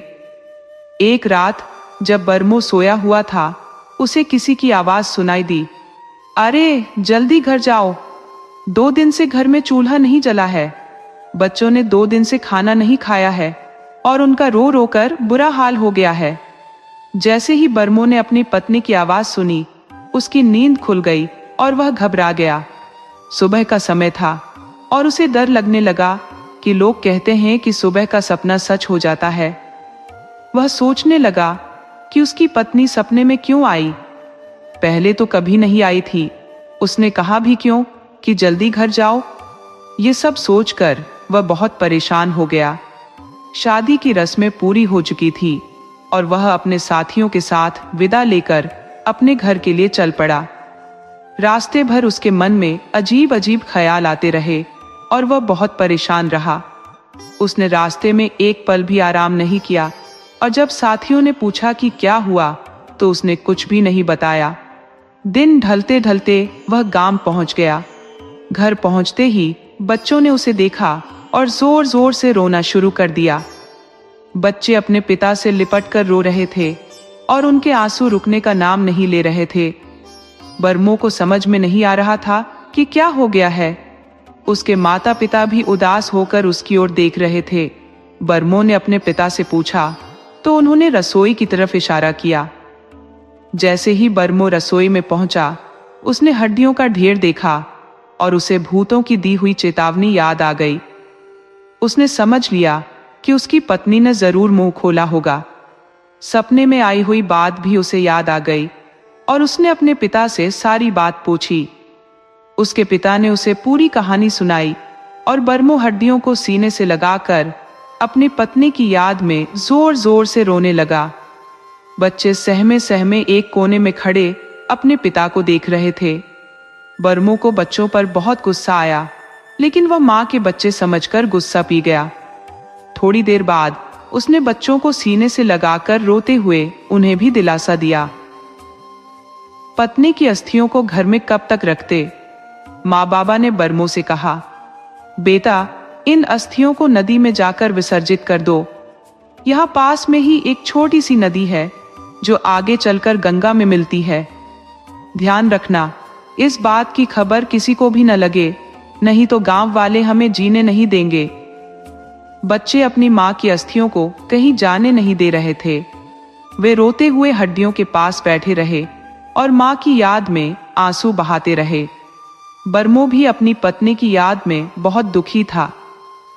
एक दिन सुबह सुबह जब बच्चे सो रहे थे, बरमो ने हड्डियों की पोटली उठाई और नदी की ओर चल पड़ा उन्हें बहाने के लिए। जैसे ही वह चल रहा था उसे पोटली में से आवाज आई, कैसे हो जी? मुझे पता है तुम सभी बहुत दुखी हो। बच्चे तो मेरी हड्डियां भी नहीं उठाने दे रहे थे ना। मुझे पता है उन पर क्या गुजर रही है।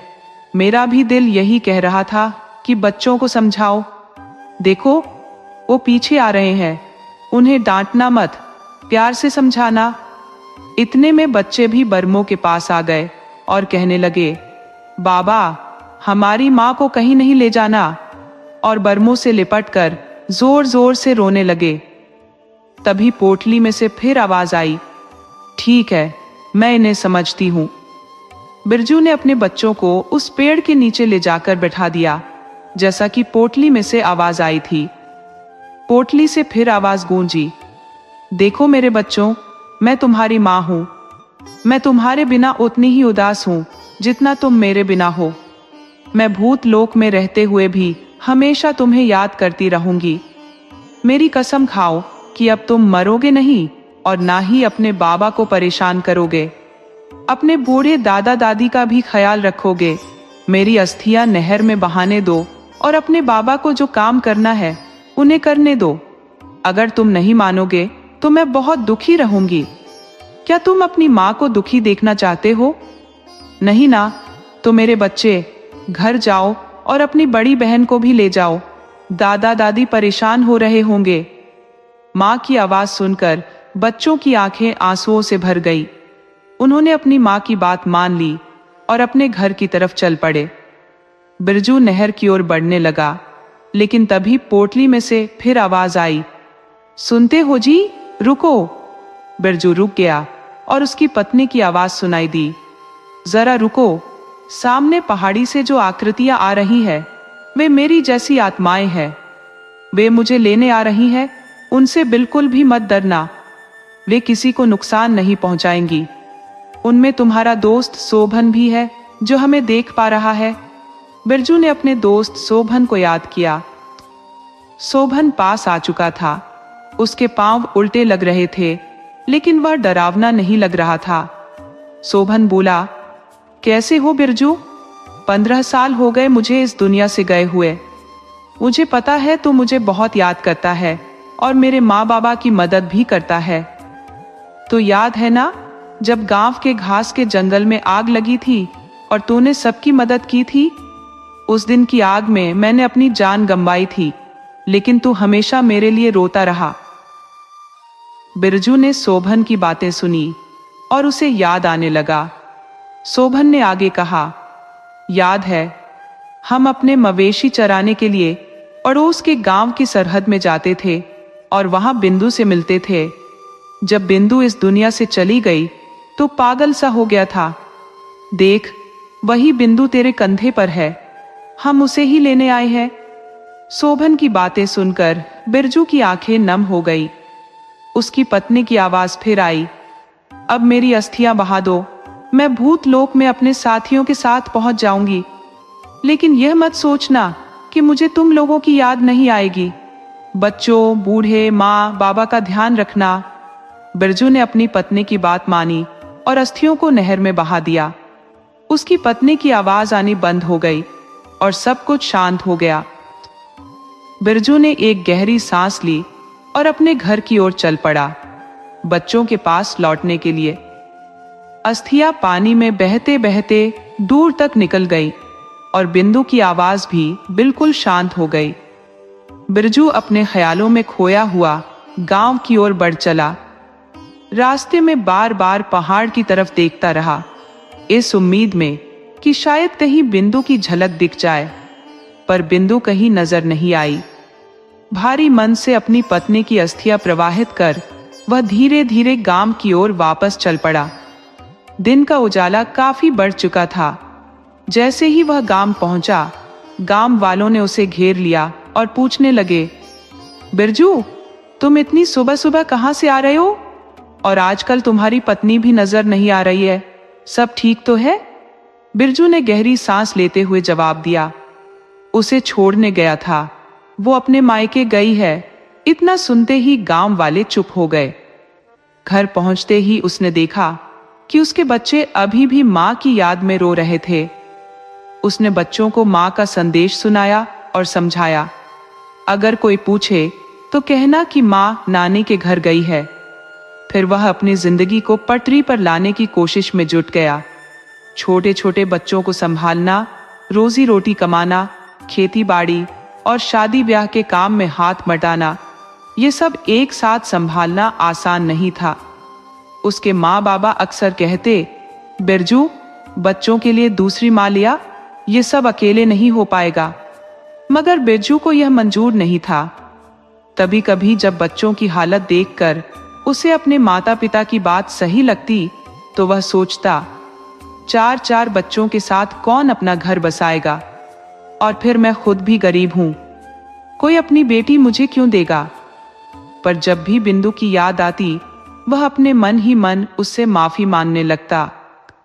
एक रात बिंदु उसके सपने में आई और कहने लगी, सुनो जी, माँ बाबा ठीक कह रहे हैं, बड़ी बेटी कितनी मेहनत कर रही है, अभी सिर्फ 12 साल की ही है, तुम्हारे भी बहुत काम है, देर रात घर लौटते हो, दूसरी शादी कर लो, मुझे बुरा नहीं लगेगा, बच्चों को एक माँ मिल जाएगी और इससे बड़ी खुशी मेरे लिए क्या होगी। ये कहकर बिंदु की आवाज धीमी हो गई। अगली सुबह बिरजू के माँ बाबा ने फिर से बच्चों के लिए दूसरी माँ लाने की बात की। बच्चों को जब इस बात का पता चला तो वे कहने लगे, हमें तो अपनी माँ ही चाहिए और कोई माँ नहीं चाहिए। अपने दोस्तों को बिरजू ने अपनी पत्नी के बारे में बताया और उनसे मदद मांगते हुए कहा, दोस्तों, एक बार फिर उसी जगह पर चलना होगा जहां हमने भूतों से मुलाकात की थी। दोस्तों ने डरते डरते हामी भर दी और कहा, ठीक है यार, दोस्ती किस दिन काम आएगी, तेरा साथ जरूर देंगे। रात के 12 बजे बिरजू और उसके साथी उस जगह पहुंच गए। पिछली बार जहां भूतों से मुलाकात हुई थी वहां पहुंचकर उन्होंने देखा कि श्मशान घाट पर हल्की हल्की आग की लपटें दिख रही थी। कुछ देर बाद उन्होंने किसी के बात करने की आवाज सुनी। बिरजू को उम्मीद की किरण दिखाई दी, लेकिन उसका एक साथी डर के मारे पीला पड़ गया था। बिरजू ने उसे दिलासा दिया, डरना नहीं है, किसी भी हालत में डरना नहीं। उन्हें पता था कि अगर भूतों का मुखिया नाराज हो गया तो मुसीबत हो सकती है। बिरजू ने ढोल बजाने का इशारा किया और जोर जोर से ढोल पर भूतों के गीत की तान छेड़ दी। ढोल की आवाज सुनकर श्मशान घाट में बैठे सभी प्रेत वहां से चलने लगे, लेकिन उनके मुखिया ने उन्हें रोक दिया और कहा, हमने कुदरत से विनती करके नियम तोड़े थे, पर इसने हमारी दी हुई हिदायत को नहीं माना, इसे इसका अंजाम भुगतना पड़ेगा। ये सुनकर सभी भूत भूतनी सहम गए और वहीं रुक गए जहां वे थे। बिरजू और उसके साथी खड़े खड़े इन सब घटनाओं को देख रहे थे। उनके दिलों में डर और उत्सुकता दोनों ही थी। आगे क्या होगा इसका उन्हें कोई अंदाजा नहीं था, पर वे जानते थे कि उन्हें अब पीछे हटना नहीं है। उन्हें डर लगने लगा कि मुखिया बिरजू को न जाने क्या सजा दे। तभी एक आत्मा बोली, मुखिया जी, क्षमा चाहती हूं, अगर आप इजाजत दें तो मैं कुछ कहना चाहूंगी। बिरजू ने बिंदु भूतनी को हमेशा बड़े प्यार से रखा है, बिंदु का बचपन से ही ख्याल रखा है और इस जीवन में भी। देखिए, उसके बच्चे भी उससे कितनी मोहब्बत करते हैं और बिरजू भी अपने बच्चों से बहुत प्यार करता है। ये सब जो हुआ इसमें बिरजू का कोई दोष नहीं है। उसकी बात सुनकर मुखिया कुछ सोचने लगे। बिंदु की सहेली आगे कहने लगी, बच्चों का क्या वो अपनी माँ को इस तरह सह सकते हैं? माँ का दुख उन्हें बहुत सताता है। बिरजू को सजा देने का मतलब है उसके बच्चों और बूढ़े माता पिता को भी सजा देना। देखिए, बिंदु का चेहरा कितना उदास हो गया है ये सब सुनकर। मुखिया ने सहेली की बातों को ध्यान से सुना और कहा, तुम ठीक कह रही हो, लेकिन थोड़ी परीक्षा तो लेनी होगी बिरजू की। ये भी देखना होगा कि वह हमारी परीक्षा में खरा उतरता है या नहीं। यह सुनकर सबके चेहरे पर हल्की मुस्कान लौट आई, लेकिन वे अब भी चिंतित थे। जब सब लोग उस जगह पहुंचे जहां बिरजू और उसके साथी ढोल बजा रहे थे, मुखिया ने गुस्से में कहा, बंद करो ये सब। तुमने जो किया वो माफ करने लायक नहीं है। हम जानते हैं कि तुम बिंदु को पिछले जन्म से प्यार करते थे। तुम उससे शादी करना चाहते थे, इसलिए कुदरत से विनती करके हमने नियम तोड़कर तुम्हारी शादी बिंदु से करवाई थी, ताकि उसकी तुम्हारे प्रति अधूरी इच्छा पूरी हो जाए। लेकिन अब तुम्हें परीक्षा देनी होगी। अगर सफल हुए तो तुम्हें बिंदु वापस मिल जाएगी और बच्चों को उनकी माँ। बिरजू ने घबराते हुए परीक्षा देने की हामी भर दी। मुखिया ने कहा, हम तुम्हारा सिर धड़ से अलग करेंगे। अगर कुदरत को मंजूर हुआ तो तुम फिर से जिंदा हो जाओगे और बिंदु तुम्हारे साथ लौट जाएगी, नहीं तो तुम्हें अपनी जान से हाथ धोना पड़ेगा। बिरजू ने बिना देरी किए अपना सिर आगे कर दिया। ये देखकर बिंदु की आंखों में आंसू आ गए। मुखिया और बाकी भूत बिरजू के प्रेम को देखकर नतमस्तक हो गए। तुम्हारा प्यार सच्चा है बिरजू, मुखिया ने कहा। खड़े हो जाओ, तुमने प्यार की परीक्षा पास कर ली है। कुदरत की आज्ञा से हमने यह सब रचाया था। अब ढोल दमाओ बजाओ और खुशियां मनाओ। फिर ढोल की थाप पर सभी आत्माएं नाचने लगी। चारों ओर खुशी का माहौल था। थोड़ी देर बाद सबके पैर थम गए। मुखिया ने बिंदु से कहा, तुम्हारी तपस्या रंग लाई है। तुम्हारे बिना तुम्हारे बच्चे बहुत उदास हैं। जाओ अपने बच्चों के पास और अपनी गृहस्थी संभालो।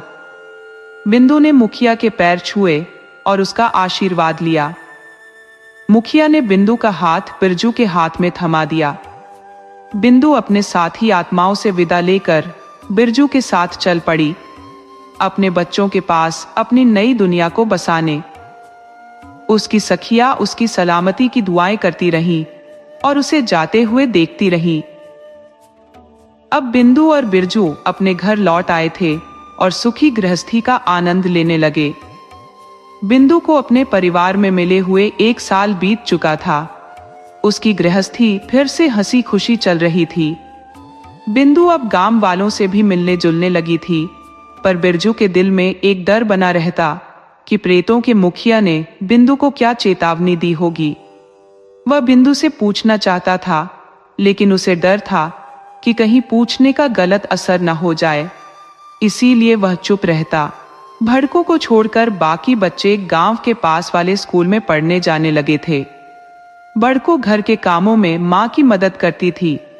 मवेशियों का चारा, घास, लकड़ी, सबका जिम्मा उसी पर था। बिरजू किसी जरूरी काम से गांव के बाहर गया हुआ था। बड़को की तबीयत ठीक नहीं थी, इसलिए बिंदु ने घर का काम जल्दी जल्दी निपटाया। भड़को को दवा देकर आराम करने को कहा और खुद मवेशियों को चराने के लिए जाने लगी। तभी उसके ससुर बोले, बहू तुम घर में रहो, भड़को की देखभाल करो। बच्चे भी स्कूल से आएंगे, मवेशियों को मैं ले जाऊंगा। बिंदु ने कहा, नहीं बाबा, आपकी तबीयत भी तो ठीक नहीं है, आप आराम करो, मैं ही चली जाऊंगी। बिंदु ने देखा कि भड़को के आराम करने के बाद ही काम करने का मन है। उसने जल्दी से मवेशियों को चराने के लिए गांव की सीमा के जंगल की ओर रुख किया। मवेशी साथ में थे और बिंदु पहाड़ी पर गीत गुनगुनाते हुए घास काटने में मग्न हो गई। जैसे ही उसने घास काटना शुरू किया, उसे एक अजीब सा एहसास हुआ। उसे याद आया कि इससे पहले भी उसने इस स्थान पर कदम रखा था। हालांकि जब से वह इस गांव में आई थी, उसने कभी मवेशियों को चराने का काम नहीं किया था। पेड़ों की छांव में बैठकर उसने सोचा, यह सब क्यों हुआ? वह सोच ही रही थी कि अचानक छोटी नदी के पार से आती हुई महिलाओं की झलक दिखाई दी, जो अपने सिर पर सामान उठाए जा रही थी। उसे उनके पास जाने की तीव्र इच्छा हुई और वह तुरंत उनके पास पहुंच गई। महिलाओं से पूछताछ की कि क्या वे इस गांव की है और क्या यहाँ किसी की शादी है जो इतनी सारी सब्जियां और सामान लेकर जा रही है। महिलाओं ने बताया कि वे पड़ोसी गांव की है और उन्होंने बिंदु को पहले कभी नहीं देखा। उन्हें यह भी बताया कि नीले सूट में जो लड़की है वही दुल्हन है। बिंदु ने देखा कि नीला सूट पहने वाली लड़की और दूसरी महिला की ओर इशारा कर रही थी। महिलाओं ने बिंदु को बताया कि वह लड़की शादी का सामान लेकर जा रही है। बिंदु ने उनकी ओर इशारा करते हुए कहा, देखो, यह महिला नीले सूट वाली है, क्या वह नीलू की तरह दिखती है? महिलाओं ने अपनी पीठ पर से सामान उतारकर नीचे रखा और विश्राम करने लगी। बिंदु की मां ने उसे एकटक देखा और बिंदु को इशारा करते हुए कहा, यह नीलू है, तुम्हारी बहन के गांव की। बिंदु ने अपना नाम और पति का नाम बताया, जिसे सुनते ही नीलू की मां की आंखों में आंसू आ गए। उसे याद आया कि बिंदु उस उम्र की थी जब उसने इस दुनिया को छोड़ा था। नीलू की मां ने बिंदु को मिठाई दी और कहा, ये मिठाई ले लो। शादी की तारीफ क्या है और नीलू की ससुराल किस गांव में है? बिंदु ने पूछा, क्या नीलू की ससुराल पास के गांव में है? नीलू की मां ने बताया कि बिरजू शादी में जरूर आएगा और बिंदु को भी आना चाहिए, क्योंकि ये गांव उनके लिए बहुत महत्वपूर्ण है। नीलू की मां ने कहा कि वह बुखार से पीड़ित बेटी की वजह से यहाँ आई है और उसे घास काटते हुए देखकर बिंदु को पहचान लिया। बिंदु ने कहा, ठीक है, बेटी बीमार है, ध्यान रखो। दिन ढल गया है, तुम्हारे मवेशी भी चले गए होंगे। अगर बिरजू तुम्हें बुलाएगा तो आना। नीलू की मां ने बिंदु को मिठाई देते हुए कहा, बच्चों के लिए यह मिठाई ले जाओ। बिंदु ने उसकी बात मानी और वहां से चल दी। नीलू की मां ने बिंदु को जाते हुए देखा और कहा, मुझे लगता है नीलू में उसकी बहन का अक्स है। नीलू की मां की आंखें आंसुओं से भर गई और उसने कुछ और नहीं कहा। बिंदु अपने मवेशियों के साथ घर लौटी और भड़कों को रसोई में देखकर उसे डांटा। भड़कों को आराम करने को कहकर बिंदु ने खुद खाना बनाना शुरू किया। मां पहली बार कहीं गई थी तो आशंका हो रही थी कि वह कहां जा सकती है। पशु साथ में नहीं थे, बिंदु अकेली जंगल में थी। एकांतता और अकेलेपन का डर उसके मन में उठ रहा था। उसने चारपाई पर लेटते हुए कई सवाल किए, लेकिन डर की कोई ठोस वजह नहीं दिखी।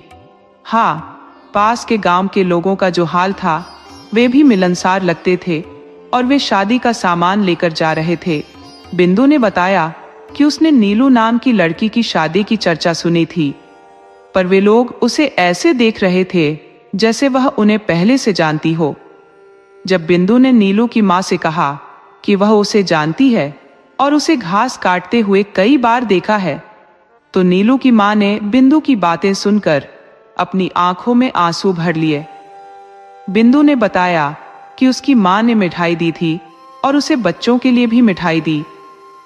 नीलू की मां ने कहा कि यदि बिंदु की शादी में भाग लेगी तो बहुत अच्छा होगा, लेकिन अगर नहीं आई तो वह नाराज हो जाएगी।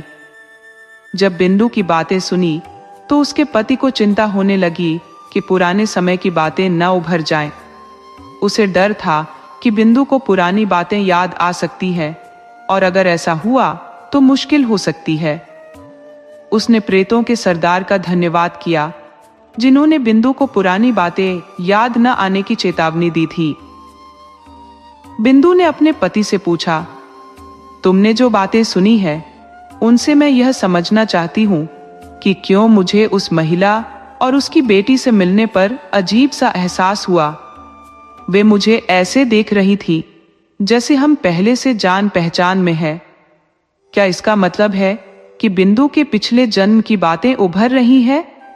उसके पति को अब चिंता हो रही थी कि बिंदु के माता पिता, जो उसके पुराने दुश्मन थे, उसके लिए कोई समस्या खड़ी कर सकते हैं।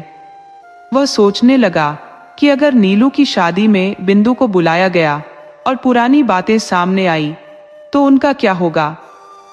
उसने कुदरत से प्रार्थना की कि बिंदु की शादी में न बुलाया जाए ताकि कोई समस्या न हो। बिंदु के पिता, जो शादी में बिंदु को बुलाना नहीं चाहते थे, लेकिन ढोल बजाने वालों की कमी के कारण अंततः ब्रह्मो को बुलाना पड़ा। बिंदु का पति मन ही मन परेशान था और सोच रहा था कि नीलू की शादी में जाने से पुराने जख्म न खुल जाएं। बिंदु के पति का दिल यह मान रहा था कि नीलू को दुल्हन के रूप में देखने की इच्छा थी, लेकिन साथ ही वह यह भी चिंतित था कि कहीं पुराने दिनों की यादें न उभर जाएं। उसका दिल जानता था कि बिंदु प्रेत लोक से आई है, लेकिन उसकी चिंता को लेकर वह असमंजस में था। इसके अतिरिक्त उसे अन्य कोई महत्वपूर्ण बात याद नहीं आ रही थी। अगले ही क्षण सोचकर वह डर गया। यदि बिंदु को कोई पुरानी बात याद आ गई तो यही सब सोचकर वह बिंदु को ले जाने से हिचकिचा रहा था। बड़े ने बिंदु से कहा कि वह बहुत उदास नजर आ रहे हैं और जानना चाहा कि वह किस बात से परेशान है। बिंदु ने उत्तर दिया कि नीलू की शादी का निमंत्रण आया है। उसे पता था कि नीलू के पिता उसे बुलाएंगे, फिर उसकी मां ने भी उसे आमंत्रित किया है, लेकिन उसे समझ में नहीं आया कि उसे ऐसा सपना क्यों आया जिसमें वह पेड़ पर चढ़ी थी और अचानक देखा कि उसे किसी ने मार दिया। बिंदु ने सपना देखकर अपनी चिंता प्रकट की कि वह क्यों ऐसा सपना देख रही है, और उसने अपनी गिरावट और यातनाओं के बारे में बताया। सपने की बात सुनकर ब्राह्मण और भी चिंतित हो गया। उसे याद आया कि पिछले जन्म में भी बिंदु पेड़ से गिरी थी और मर गई थी। वह बिंदु से भी मिल चुकी थी। उसके पिता का गुस्सा और भी बढ़ गया था। ब्राह्मण ने बिंदु को सपना झूठा कहकर उसे दूसरी बातें करने के लिए कहा, यह कहकर कि सपने कभी सच नहीं होते। बिंदु ने अपने काम में लग गई और अपना दिन बिताया। बिरजू को शादी में जाना था, लेकिन उसके दिमाग में अशुभ विचार उभर रहे थे। पूरी रात उसकी आंखों से नींद गायब थी। सुबह उसने थोड़ी नींद ली और सपने में खुद को श्मशान घाट में प्रेतों के बीच पाया। प्रेतों के सरदार ने उसे आश्वस्त किया कि वह सब कुछ जानता है और बिंदु को उसके साथ भेजा है।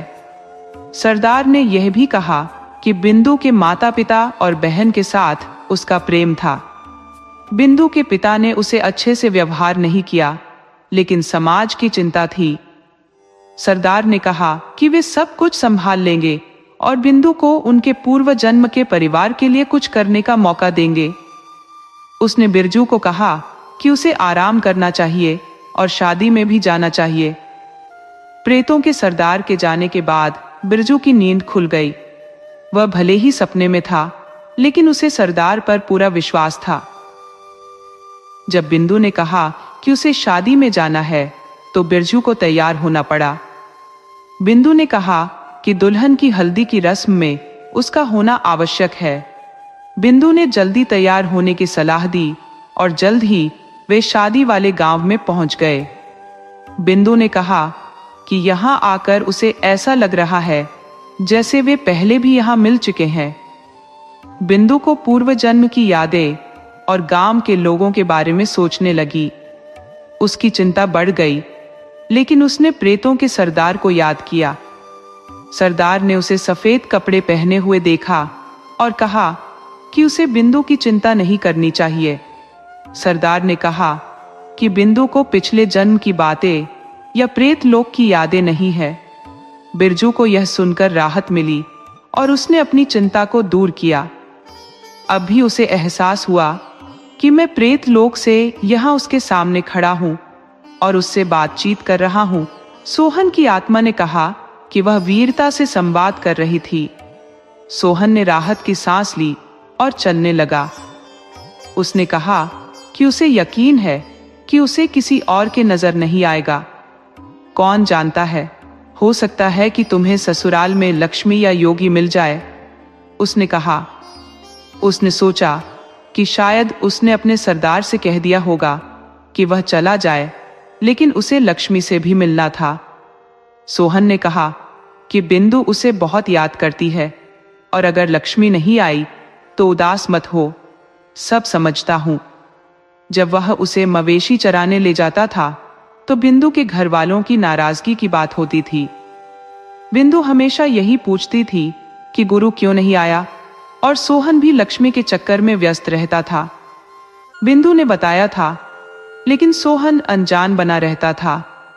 सोहन ने कहा, तो सोचता है कि मुझे कुछ नहीं पता, लेकिन मैं सब जानता हूं। अब गांव आ रहा है, चुप हो जा। बिरजू ने शादी के घर में पहुंचते ही ढोल बजाना शुरू कर दिया।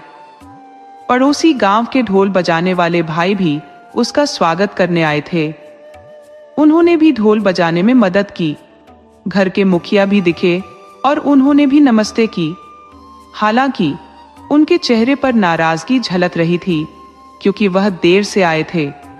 नीलू और उसकी मां बाहर आई और उनकी नजरें बिंदु पर पड़ी। नीलू दौड़कर बिंदु के पास आई और कहा, अच्छा हुआ कि तुम आ गई, वरना मां भी नाराज हो जाती। बिंदु को कमरे में ले जाने का प्रयास किया, लेकिन उसके पिता ने टोक दिया और बिंदु को नाराजगी का सामना करना पड़ा। नीलू की मां ने एक अलग कमरे की सफाई की जो पशुओं का था, और बिंदु के ठहरने का इंतजाम किया। प्रेतों के सरदार, जो प्रेत लोक से सब देख रहे थे, ने बिंदु के साथ किए गए व्यवहार को पसंद नहीं किया। सोहन भी बिरजू के पास खड़ा था और उसके साथ कुछ बातचीत कर रहा था। सोहन ने कहा, प्रेतों के सरदार बिंदु भाभी के साथ हुए व्यवहार से दुखी है, लेकिन चिंता मत करो। धीरे धीरे दुल्हन के मंगल स्नान की रस्म शुरू हो गई। बिरजू और उसके साथी मंगल गीत बजाने लगे। गांव की महिलाएं भी मंगल गीत गा रही थी और लोग बारी बारी से दुल्हन को हल्दी लगा रहे थे। बिंदु दूर से सब देख रही थी और खुशी महसूस कर रही थी। दुल्हन की मंगल स्नान के रस्म के बाद बिंदु और पीरमो कमरे में गए। कमरे में मखमली गद्दे देखकर बिंदु खुश हो गई, जबकि सोहन मुस्कुराया, लेकिन बिंदु समझ नहीं पाई। नीलू की मां चाय लेकर बिंदु के पास आई और कहा, मुझे लगता है कि मैंने ठहरने की सही व्यवस्था नहीं की। बिंदु ने कहा कि चाय और मिठाई अच्छी है और मखमली गद्दों की तारीफ की। नीलू की मां ने गद्दे को काले कंबलों से तुलना की, जिससे स्थिति थोड़ी अजीब हो गई। शादी के माहौल में बिंदु और नीलू की मां की बातचीत चल रही थी। बिंदु ने देखा कि सभी लोग शादी और काम में व्यस्त हैं और सर्दियों की धूप में गुनगुनाहट हो रही है। बारातियों के लिए बैठक सजाई जा रही थी और शामियाना लगभग तैयार हो चुका था। थोड़ी देर बाद बिंदु एक दीवार पर बैठी सामने खड़े विशाल पेड़ को गहरी नजरों से देख रही थी, जैसे वह पेड़ नहीं बल्कि कोई रहस्यमय वस्तु हो। जब ढोल बजाने वाले बिंदु की ओर ध्यान से देखने लगे तो उनके मन में कोई भी छिपा नहीं रहा। बेरम्मो के कानों में जाकर कुछ कहे बिना वह बिंदु के पास आया और पूछने लगा, क्या हुआ? तुम इस पेड़ को क्यों देख रही हो जैसे कोई जादुई चीज हो? बिंदु की तंद्रा टूटी और उसने कहा, देखो, उस लड़की को जो पेड़ की टहनियां काट रही है। उसने बड़े पेड़ की ओर इशारा करते हुए कहा, कहाँ है वह पेड़? क्या तुम सपना देख रही हो? धीरे से बोला, तुम्हें नहीं दिखता? उसे रोक दो, देखो वह कहाँ जा रही है, गिरकर मर जाएगी। बिंदु की चीख सुनकर सभी लोग उनके पास इकट्ठा हो गए। अब सब कुछ स्पष्ट हो गया था। सोहन ने बिरजू से कहा कि बिंदु को उसके कमरे में ले जाए और लोगों को बताने के लिए कहा कि बिंदु को द्वारा पड़ा है। सोहन ने सोचा कि कोई अनहोनी न हो जाए, इसलिए उसने अपने सरदार को याद करना शुरू किया। बिरजू बिंदु के साथ कमरे में था, जबकि सोहन बाहर खड़ा था। प्रेतों के सरदार की विशाल मोर की आकृति में तैरती छवि देखकर वह खुश भी हुआ और डर भी गया, क्योंकि सरदार नाराज हो सकते थे। वह सहायता के लिए गुहार लगा रहा था और सरदार ने गुस्से में कहा, यह क्या है सोहन? सोहन ने संक्षेप में जवाब दिया और चुप हो गया। थोड़ी देर रुककर सरदार ने कहा, अगर बिंदु को पिछले जन्म की यादें आ रही हैं, तो उसकी मां के पास जाओ और कहो कि वह बिंदु के पास जाए। बाकी का ध्यान मैं रखूंगा। आदेश देकर सरदार वापस प्रेत लोक की ओर चला। नीलू की मां चौंक गई जब उसने यह सब सुना। उसने इधर उधर देखा, लेकिन उसे कोई नजर नहीं आया। घबराई हुई वह तुरंत बिंदु के पास पहुंची। बिंदु, क्या हुआ? तुम ऐसे क्यों लेटी हो? तबीयत तो ठीक है? नीलू की मां ने डरते हुए पूछा। बिंदु ने उसका हाथ पकड़ते हुए कहा, नीलू की माँ, तुम गुमसुम क्यों हो? सुबह तो तुम मुझे बेटी कहकर पुकार रही थी। नीलू की माँ ने संजीदगी से कहा, हाँ ठीक है, लेकिन तुमने मुझे बेटी क्यों नहीं कहा? बीरमो प्रार्थना कर रहा था कि शादी अच्छे से संपन्न हो और वह कमरे से बाहर जाने वाला था। तभी प्रेतों के सरदार ने उसे बिंदु को भी बाहर ले जाने को कहा। बिरजू ने बिंदु को न चाहते हुए भी बाहर ले जाना शुरू किया। नीलू की माँ भी बाहर जाने लगी, लेकिन वही अजीब आवाज सुनकर वह बिंदु के पास लौट आई और वहीं खड़ी रह गई। एक वाहन चालक ने कहा, मैंने तुम्हें यहां बुलाया था, लेकिन तुम नजर नहीं आ रही थी। हमें आमतौर पर नजर नहीं आते, केवल किस्मत वाले ही हमें देख पाते हैं। तुम भी किस्मत वाली हो जो सुन पा रही हो। उसने बताया कि बिंदु की शादी के लिए पड़ोस के गांव से रिश्ता आया था, लेकिन लड़का निकम्मा और दबंग था। तुमने हिम्मत करके रिश्ता ठुकरा दिया था। नीलू की मां ने सहमति में सिर हिलाया। फिर उसे याद आया कि कुछ दिन पहले बिंदु से मिलने पर उसने क्या महसूस किया था। क्यों उसे बिंदु और उसके बच्चों के लिए मिठाई देने का दुख हुआ था। बिंदु की आंखों में आंसू देखकर उसने शादी में आने के लिए बिंदु को जोर से बुलाया था। बिंदु को देखकर ऐसा लगा जैसे उसके और तुम्हारे बीच कुछ गहरा संबंध है। अब तुम समझ गई हो कि गांव के लोग जो शादी की तैयारी में व्यस्त है, उनका असली चेहरा तुम्हें नजर नहीं आ रहा है। ये लोग जिनके बारे में मैंने तुमसे पहले ही बताया था, क्या कुछ करने की सोच रहे हैं, तुम्हारी कल्पना से परे है। चिंता मत करो, मैं सब संभाल लूंगा, तुम बस शादी की तैयारी करो। हाँ, तुम ब्रह्मों को भली भांति पहचानती हो, नहीं? तुम्हारे पति ने उस बेचारे के साथ कितने जुल्म किए। क्या उसकी गलती सिर्फ यही थी कि तुम्हारी बेटी बिंदु और वह एक दूसरे से प्रेम करते थे? अब भी वे दोनों नीलू की शादी को लेकर चिंतित हैं। बिंदु को तुम्हारे और नीलू के प्यार का कर्ज चुकाना था। ध्यान से सुनो, मैं प्रेतों का सरदार हूं और बिंदु की खातिर यहां आया हूं। वह मुझसे बहुत प्रेम करती थी। अब मैं चलता हूं, तुम निश्चिंत होकर बारात के स्वागत की तैयारी करो।